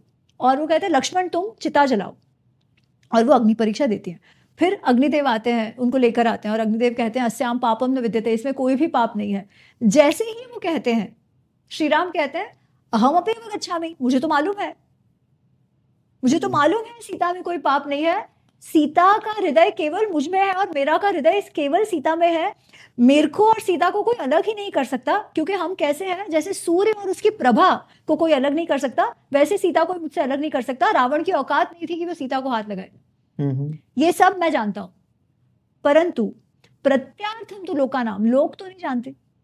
हम जब वापस जाएंगे तब श्री राम राजा बनने वाले थे, सीता जी क्या थी, वो भी रानी बनने वाली थी, है ना। तो जैसे राजा पर प्रश्न नहीं उठना चाहिए, वैसे रानी पर भी नहीं उठना चाहिए। पर लोग तो गॉसिप करते हैं, जैसे अभी भी करते हैं, राइट। तो उनके मन में कोई संदेह ना रह जाए, इसलिए मैंने सीता को अग्नि परीक्षा देने से नहीं रोका, ऐसा वो कहते हैं। अच्छा, फिर इसमें और एक बात है। जब हनुमान जी सीता जी को ढूंढ लेते हैं और सीता जी को कहते हैं कि आप मेरे साथ चलो, पता है सीता जी वापस क्यों नहीं आती? अगर मैं ऐसे आ गई तो फिर राम भगवान जो है वो रावण को मार नहीं पाएंगे। नहीं, वो कहती है अगर तुमने मुझे बचा लिया तो मेरे पति के सर पर कलंक लगेगा कि वो अपनी पत्नी को ना बचा पाए। इसीलिए उनके लिए यही उपयुक्त है कि वो रावण को मारे और फिर मुझे ले जाए। उस समय उनको ये नहीं मालूम कि वो सेना कहाँ से इकट्ठी करेंगे, उन्हें ये नहीं मालूम कि वो 100 योजन आएंगे कैसे, कुछ नहीं मालूम। उनका क्या लुकआउट है कि कैसे भी हो मेरे पति के सर पे कलंक ना लगे। लोक हित के बारे में वो वहां से सोचते चली जा रही हैं। वो ये सोच रही है कि मेरे पति को कोई बुरा ना कहे, राजा के माथे पर कलंक। भले ही मुझे यहाँ पर और संघर्ष सहन करना पड़े। वो कोई खुशी खुशी तो रह नहीं रही थी वहां पर, राइट। वो संघर्ष सहन करने को, दुख सहन करने को तैयार है। क्यों? क्योंकि वो अपने पति की प्रतिष्ठा पर आंच नहीं आने देना चाहती। श्री राम ने क्या किया? वही किया ना, अपनी पत्नी की प्रतिष्ठा पर आंच ना आए। तो अग्नि परीक्षा तो उन्होंने भी दी, वैसे देखा जाए तो ऑल द वे वहां जाकर रावण को मारकर। रावण कोई जैसा तैसा तो था नहीं, राक्षस सेना भी जैसी तैसी तो थी नहीं। तो in a way it was a challenge on his purushartha and parakram as well. पर ये हम ऐसे देख रहे हैं, उन लोगों ने तो केवल एक दूसरे का सोचा है। इसीलिए Ramayana is one of the greatest love stories. वो दोनों केवल एक दूसरे का सोच रहे हैं उस समय भी। अभी जो आपने बोला कि वाल्मीकि रामायण के अंदर उत्तरकांड है या नहीं, ये डिबेट का विषय हाँ। है। तो ये क्या है डिबेट? तो वैसे तो आजकल आप देखोगे तो लोग तुरंत कह देंगे है ही नहीं, ठीक है। परंतु ये इतना इस्टेब्लिश्ड फैक्ट नहीं है कि सब लोग ही कह रहे हैं कि उत्तरकांड नहीं है, ऐसा नहीं है। आज भी जो बहुत सारी ट्रेडिशनल पारंपरिक स्कूल्स हैं, पारंपरिक मठ भी हैं, वो मानते हैं कि उत्तरकांड जो है वो वाल्मीकि रामायण का भाग है। कुछ उसमें एडिशन सब्ट्रैक्शन हो सकता है क्योंकि कुछ भाषा अलग है, कुछ कॉन्ट्राडिक्शंस हैं, ये बात सही है। बहुत और स्कूल्स मानती है कि नहीं, है ही नहीं पूरे का पूरा उत्तरकांड। अब पूरे का पूरा उत्तरकांड निकाल देने का प्रॉब्लम ये आता है कि अगर हम उत्तरकांड ही निकाल दें तो हमें ये भी नहीं पता चलेगा कि लव कुश जो है वो श्री राम के बच्चे हैं, क्योंकि वो प्रसंग ही उसमें आता है, राइट। इसलिए उसे पूर्णतः भी निकाल देना सही नहीं है। खैर, मैं जब इस प्रश्न पे विचार कर रही थी तो मैंने एक अलग अप्रोच लिया। इसीलिए मेरी पुस्तक में भी मैंने उसे एपिलॉग करके अलग रखा है, क्योंकि अगर किसी की मान्यता ही है कि उत्तरकांड नहीं है, हमको वो देखना ही नहीं है, तो कोई बात नहीं, ठीक है। परंतु अगर वो प्रसंग को हम समझना चाहें तो वो समझने की भी एक दृष्टि है, ऐसा मुझे लगता है, ठीक है। क्योंकि वो प्रसंग जैसा बताया जाता है वैसा नहीं है। कौन सा प्रसंग? सीता जी का परित्याग का प्रसंग, परित्याग जो आपने प्रसंग, ऑलरेडी, जी, जी। है ना? नहीं तो किसी को कोई प्रॉब्लम नहीं है उत्तरकांड। मेन प्रॉब्लम हाँ, वहीं है से है। ना, कि इसके कारण। और जब हम भी सुनते हैं तो इससे एंटी क्लाइमेक्स, राइट? सब कुछ अच्छा हो रहा है और अचानक एंटी क्लाइमेक्स हो गया, तो बहुत बुरा लगता है, नो डाउट अबाउट इट। परंतु ये प्रसंग जैसा उत्तरकांड में भी आया है, वाल्मीकि रामायण के उत्तरकांड में, वो जैसा लोग कहते हैं ना वैसा नहीं आया कि एक धोबी ने बोल दिया इसलिए कर दिया, वैसा नहीं आया है। उसमें कैसा आया है कि श्री राम अपने जो ये होता है ना स्पाइस, उनके साथ बैठे। अब स्पाइस कौन? जो परफॉर्मर्स होते हैं, जो नाट्य वगैरह करते हैं, नट नटी वगैरह, तो वो लोग क्योंकि समाज के बीच होते हैं तो उनसे बहुत सारी इंफॉर्मेशन आपको मिलती है। तो वैसे वो कुछ नट वहां पे बैठे थे और उनसे श्री राम पूछ रहे थे कि भाई समाज में सब लोग कैसे हैं, मेरे बारे में क्या बात करते हैं, लक्ष्मण के बारे में क्या बात करते हैं, सीता के बारे में क्या कहना है, भरत के बारे में क्या कहते हैं, वगैरह वगैरह। बेसिकली इंटेलिजेंस गैदरिंग कर रहे हैं वो समाज की। तो वो एक जो भद्र नामक जो है वो कहता है कि नहीं नहीं महाराज, वो तो बहुत खुश है, अभी भी वो आपकी लंका की बात करते हैं, लंका के जो आपने रावण को हराया उसकी बात करते हैं, वगैरह वगैरह। और फिर ना कहते कहते वो एकदम चुप हो गए। तो श्री राम कहते हैं अरे तुम चिंता मत करो, जो भी है वो तुम बताओ, जो मेरी प्रजा चाहेगी वही मैं करूंगा, जो मेरी प्रजा को पसंद नहीं होगा वो मैं नहीं करूंगा, तुम मुझे बताओ, मेरा जानना आवश्यक है। तो भद्र कहता है कि बाकी सब तो ठीक है श्री राम, केवल सीता जी के बारे में बहुत ज्यादा अपवाद फैला हुआ है, क्योंकि लोग ये कह रहे हैं कि राजा जो स्त्री इतने समय पर पुरुष के साथ रहकर आई है उसको हाथ भी कैसे लगा सकता है, और क्योंकि राजा की इसमें कोई मर्यादा नहीं है तो हमारे घरों में भी कोई कुछ भी कर रहा है। ठीक है, बेसिकली वो मोरालिटी लोग क्रॉस कर रहे हैं राजा का दृष्टांत देकर कि राजा को प्रॉब्लम नहीं है, आप कौन होते हो कहने वाले, उस प्रकार का कुछ कुछ फैला हुआ है। तो श्री राम ऑब्वियसली शॉक हो जाते हैं, बहुत शॉक हो जाते हैं, और वो बाकी सबसे पूछते हैं कि भाई आपने ये सुना है क्या, ये सच है? और सब कहते हैं कि नहीं महाराज, और सब बेसिकली नीचे देखने लगते हैं कि हाँ यही बात सच है, ऐसा हुआ है। बहुत ज्यादा पीड़ा में है श्री राम। वो लोग तो चले जाते हैं, वो लक्ष्मण को बुलाते हैं, वो कहते हैं देखा लक्ष्मण, मुझे मालूम था लोग ये बात करेंगे ही करेंगे, इसीलिए मैंने सीता को अग्नि परीक्षा करने से नहीं रोका था। तुम भी वहां थे, है ना, तुम भी वहां थे, तुमने देखा था, तुम जानते हो कि सीता जो है वो उन्होंने कोई पाप नहीं किया हुआ है, ये तुम भी जानते हो। परंतु अब इतनी अपकीर्ति और अपवाद फैला हुआ है समाज में, मेरे पास कोई और चारा नहीं है, मैंने सीता का त्याग करने का निर्णय ले लिया है। ठीक है, and then that thing happens. अब ऑब्वियसली लोगों को ये बहुत बुरा लगता है ना, क्योंकि क्यों ना बुरा लगे, हम सब जानते हैं सीता जी प्योर हैं, अभी तो हम सब जानते हैं इन हाइंडसाइट, ठीक है। परंतु अगर हम दूसरी दृष्टि से देखें तो सीता जी क्या केवल श्री राम की पत्नी है? क्या उनका रोल क्या केवल एक पत्नी का रोल है, या कोई और भी उनका रोल है? महारानी का भी है। तो जैसे श्री राम एक पति भी और राजा भी है, तो सीता जी भी तो एक पत्नी और रानी भी है ना। तो अगर प्रजा का रानी पर से विश्वास उठ जाए तो क्या करे? जैसे आज हमारा कोई मंत्री हो, उस पर से हमारा विश्वास ही उठ जाए और हम लोग ये कहें कि भाई उसके कारण मोरालिटी खराब हो रही है समाज में, तो आप क्या करो? प्रश्न ये उठता है ना। अब कोई ये कह सकता है कि भाई आप लोगों को समझा देते, पर लोगों को समझना होता तो ऑलरेडी जानते थे वो तो बात, है ना। अब उसमें कोई ये कह सकता है कि अरे पर अगर सच्ची में आना होता तो सीता जी तो पहले ही वापस आ सकती थी हनुमान जी के साथ, पर उनको आना ही नहीं होगा। ये तो फिर जब श्री राम गए और रावण को मारा तो उनके पास कोई चारा नहीं था, बोलने वाले तो कुछ भी बोल सकते हैं ना उस समय तो कुछ भी बोल सकते हैं, कोई स्पाई कैमरास तो थे नहीं। अब आप क्या करो? अब आप हर चीज को क्या जस्टिफाई करो? उस समय जब आपकी पत्नी प्रेग्नेंट है तो आप क्या उनको कटहरे में खड़ा करो? दूसरी परिस्थिति आप देखो, क्योंकि पूरा समाज उस पर बात कर रहा है, तो जो सीता जी के पास जो काम करने आते भी होंगे वो सभी वो बात करेंगे। अब उस परिस्थिति में वो रानी को कैसे देखेंगे? अरे बेचारी, अरे कैसी होगी, उसके पीछे घुस-फुस करेंगे। तो लोगों को अगर समझना कह के लोग समझ जाते तो कहने की आवश्यकता ही नहीं होती, बात तो पहले से पता थी, राइट। मतलब कह के वो नहीं होने वाला था। दूसरा, लोग कहते हैं कि या तो श्री राम को भी छोड़ देना चाहिए था, आपको रानी पे विश्वास नहीं है, मैं भी छोड़ के चला जाता हूँ। ऐसा होता तो भी क्या हम सीता जी को पवित्र मान पाते? हम क्या कहते, भाई पिताजी ने भी वही किया, जब प्रजा और रानी को चुनने की बात आई तब रानी के पीछे गए, बेटा भी वही कर रहा है। हम इतने वर्ष उनके लिए रुके रहे, उनके लिए उदास हुए, उनका इंतजार करते रहे, प्रतीक्षा करते रहे, और जब हमारे और रानी जिसके बारे में ऑलरेडी ऐसी बात चल रही है, उसकी चुनने की बात आई तो फिर उसने हमें छोड़ दिया। बात तो वही हुई। तो उससे क्या सीता जी के पवित्र पर कलंक निकल जाता? तब भी नहीं निकलता।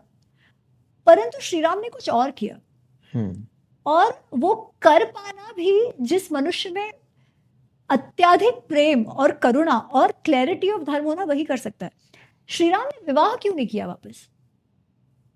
श्री राम ने सीता जी को तो त्याग दिया, बट विवाह क्यों नहीं किया वापस? हम तो जानते हैं कि जब यज्ञ होता है, और गृहस्थ का जो यज्ञ होता है उसमें पति पत्नी दोनों होते हैं। पत्नी की जगह पे वो मूर्ति रखते थे सीता जी की, राइट? क्यों उन्होंने विवाह नहीं किया? कई बार लोग मुझे उत्तर देते हैं क्योंकि उन्होंने सीता जी को वचन दिया था। वाल्मीकि रामायण में ऐसा कोई वचन नहीं। ऑलरेडी उनके पिताजी की बहुपत्नियां थी, उनके बाद बहुपत्नियां रही हैं, राइट? बहुपत्नी तो उस समय का नॉर्म था, और स्पेशली राज परिवारों में तो था, क्योंकि स्ट्रेटेजिकली भी वो महत्वपूर्ण था, राइट? तो उसको बुरा नहीं माना जाता था कि बहुपत्नी नहीं होने चाहिए, ऐसा नहीं था। फिर भी सीता जी को थी तब तक तो ठीक है, बट सीता जी को त्यागने के बाद भी उन्होंने विवाह क्यों नहीं किया? और विवाह नहीं करके वो क्या मैसेज दे रहे हैं? वो ये कह रहे हैं कि तुम्हें रानी पर भरोसा नहीं है। रानी को, ये रानी का कर्तव्य है, रानी का राजधर्म है कि वो पद छोड़ दे, और उसने छोड़ दिया। परंतु मेरी पत्नी पर तो मुझे पूरा विश्वास है, और इसीलिए मैं अपनी पत्नी को तो कभी नहीं त्यागूंगा। मेरे लिए पत्नी केवल एक है, और वो केवल सीता और सीता है। अगर उनका विश्वास नहीं होता तो क्या वो कर पाते क्या? और जब उन्होंने ऐसा किया तो इवेंचुअली प्रजा को भी मानना पड़ा ना। नहीं तो अगर बच्चे होते, ठीक है, जब तक वो क्लैरिटी नहीं हो गई है प्रजा को, तब तक अगर बच्चे होते तो लोग क्या कहते? पता नहीं किसके बेटे हैं ये वो, लोगों को कहने हम ही है ना वो प्रजा, बोलने में क्या किसी का क्या जाता है।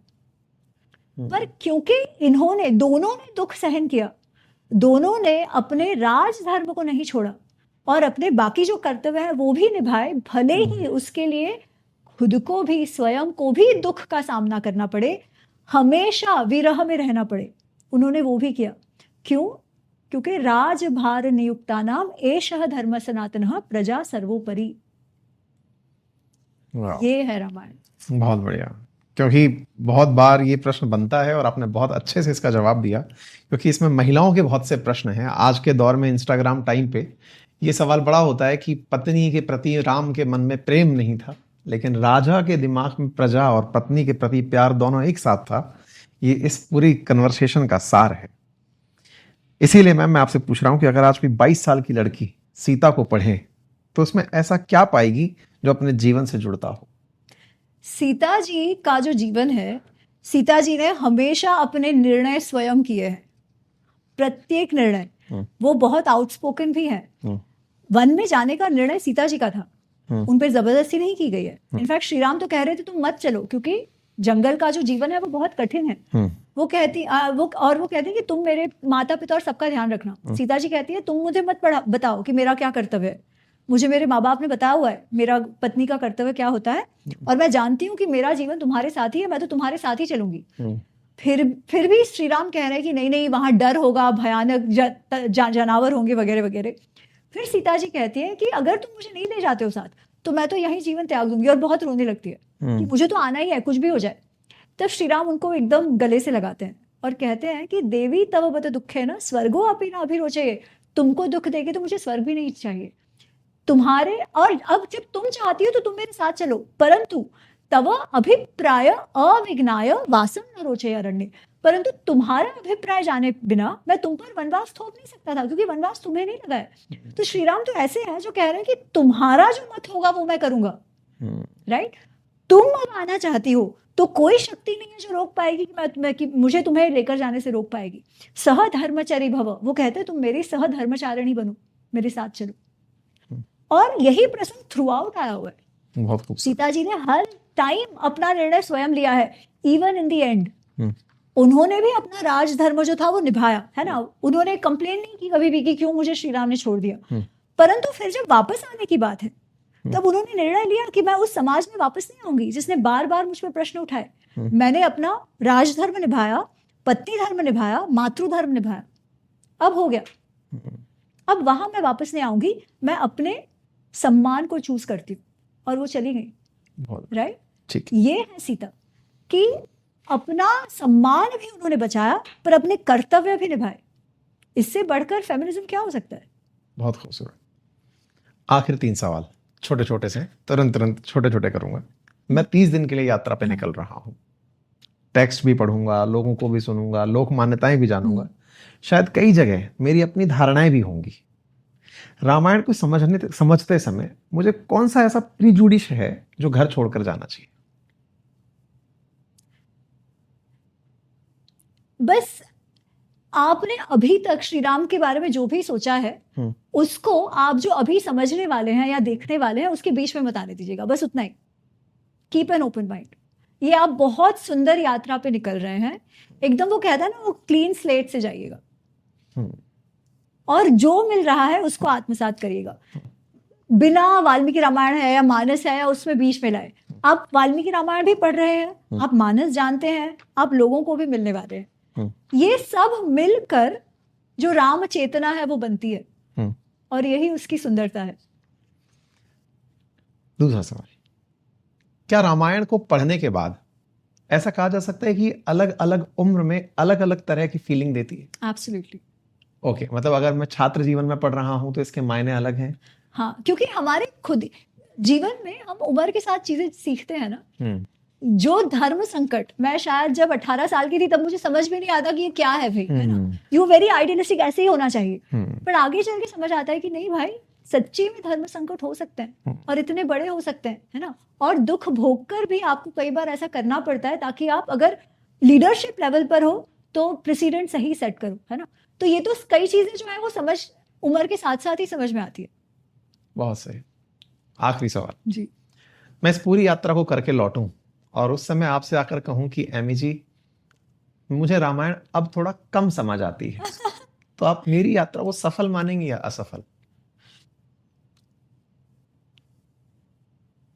मैं पूछूंगी कौन सी रामायण कम समझ आती है, क्योंकि राम का गमन। मैं केवल इसे रीवर्ड करूंगी। मैं कहूंगी आपकी जो मान्यता श्री राम को लेकर थी उसमें कंफ्यूजन पैदा हुआ है जो सफल है फिर। ओके। क्योंकि नहीं तो आप जो कह रहे हो कि रामायण कम समझ आती है, तो कौन सी रामायण कम समझ आती है? राम की यात्रा मेरे लिए रामायण है, और राम की यात्रा कम समझ आती है से मेरा मतलब ये भी हो सकता है मैं आने के बाद कहूँ, हो सकता है ना कहूँ, हो सकता है मेरा एक नया वर्जन निकल कर आए। पर ये इतना पैसिमिस्टिक सवाल मैंने आपसे इसलिए पूछा कि राम अनंत हैं, हरि अनंत, हरि कथा अनंता। मैं सोचता था कि मुझे इतना पता है, इस यात्रा के जाने के बाद हो सकता है मैं कहूँ कि मुझे रामायण समझ ही नहीं आई। भाई वो इतनी बड़ी है, प्रभु की लीला इतनी बड़ी है कि उसे समझ नहीं पाया। ये इसका एक एस्पेक्ट है। एक एस्पेक्ट ये भी हो सकता है कि मुझ पर मान्यताएं हावी हो जाएं। हो सकता है जो लोग बात कर रहे हैं वो मुझ पर हावी हो, क्योंकि मैं खाली स्लेट बनकर जा रहा हूं। मैं इस पूरे रास्ते में एक सीकर हूं जो सुनने जा रहा है, लोगों से मिलने जा रहा है। मैं आपसे प्रश्न ये पूछूंगी कि रामायण समझ आए ना आए वो जाने दो, आपको अनुभव कैसा है? क्या आपका हृदय विस्तृत हुआ है या संकुचित हुआ है? क्या आप ज्यादा पॉजिटिव हो या आप ज्यादा नेगेटिव हो गए हो? अगर नेगेटिव होके आ रहे हो तब तो कोई गड़बड़ है, क्योंकि रामायण नेगेटिव कर ही नहीं सकती। रामायण आप प्रेजुडिस लेके मत जाइए, और प्रेजुडिस में आपने ये कहा कि आप सकारात्मक होके लौटेंगे, तो ये तो प्रेजुडिस हो गया। ये मेरा अटूट विश्वास है आपका, क्योंकि मैं इससे गुजरी हूँ। मैंने स्केप्टिसिज्म से शुरू किया to get to a place जहां पे मुझे ऐसे लग रहा है कि जैसे आपने कहा रामायण भी विस्तृत है, और रामायण आपको, आपके मनोभाव को, आपके हृदय को, आपके आध्यात्म को विस्तृत ही करती है। तो ये था साथियों आज का सारा संवाद। 16 अगस्त जिस दिन आप इस वीडियो को सुन रहे हैं, मेरी 30 दिवसीय यात्रा शुरू हो चुकी है। हर दिन आपके साथ अपने अनुभव साझा करूंगा। अगर आप इस चैनल पर नए हैं तो आप हमें सब्सक्राइब कर सकते हैं ताकि आपसे हमारी कोई चर्चा छूटे नहीं। आपका बहुत बहुत धन्यवाद मैम, जो आपने अपना कीमती समय निकाला। धन्यवाद। जय श्री राम।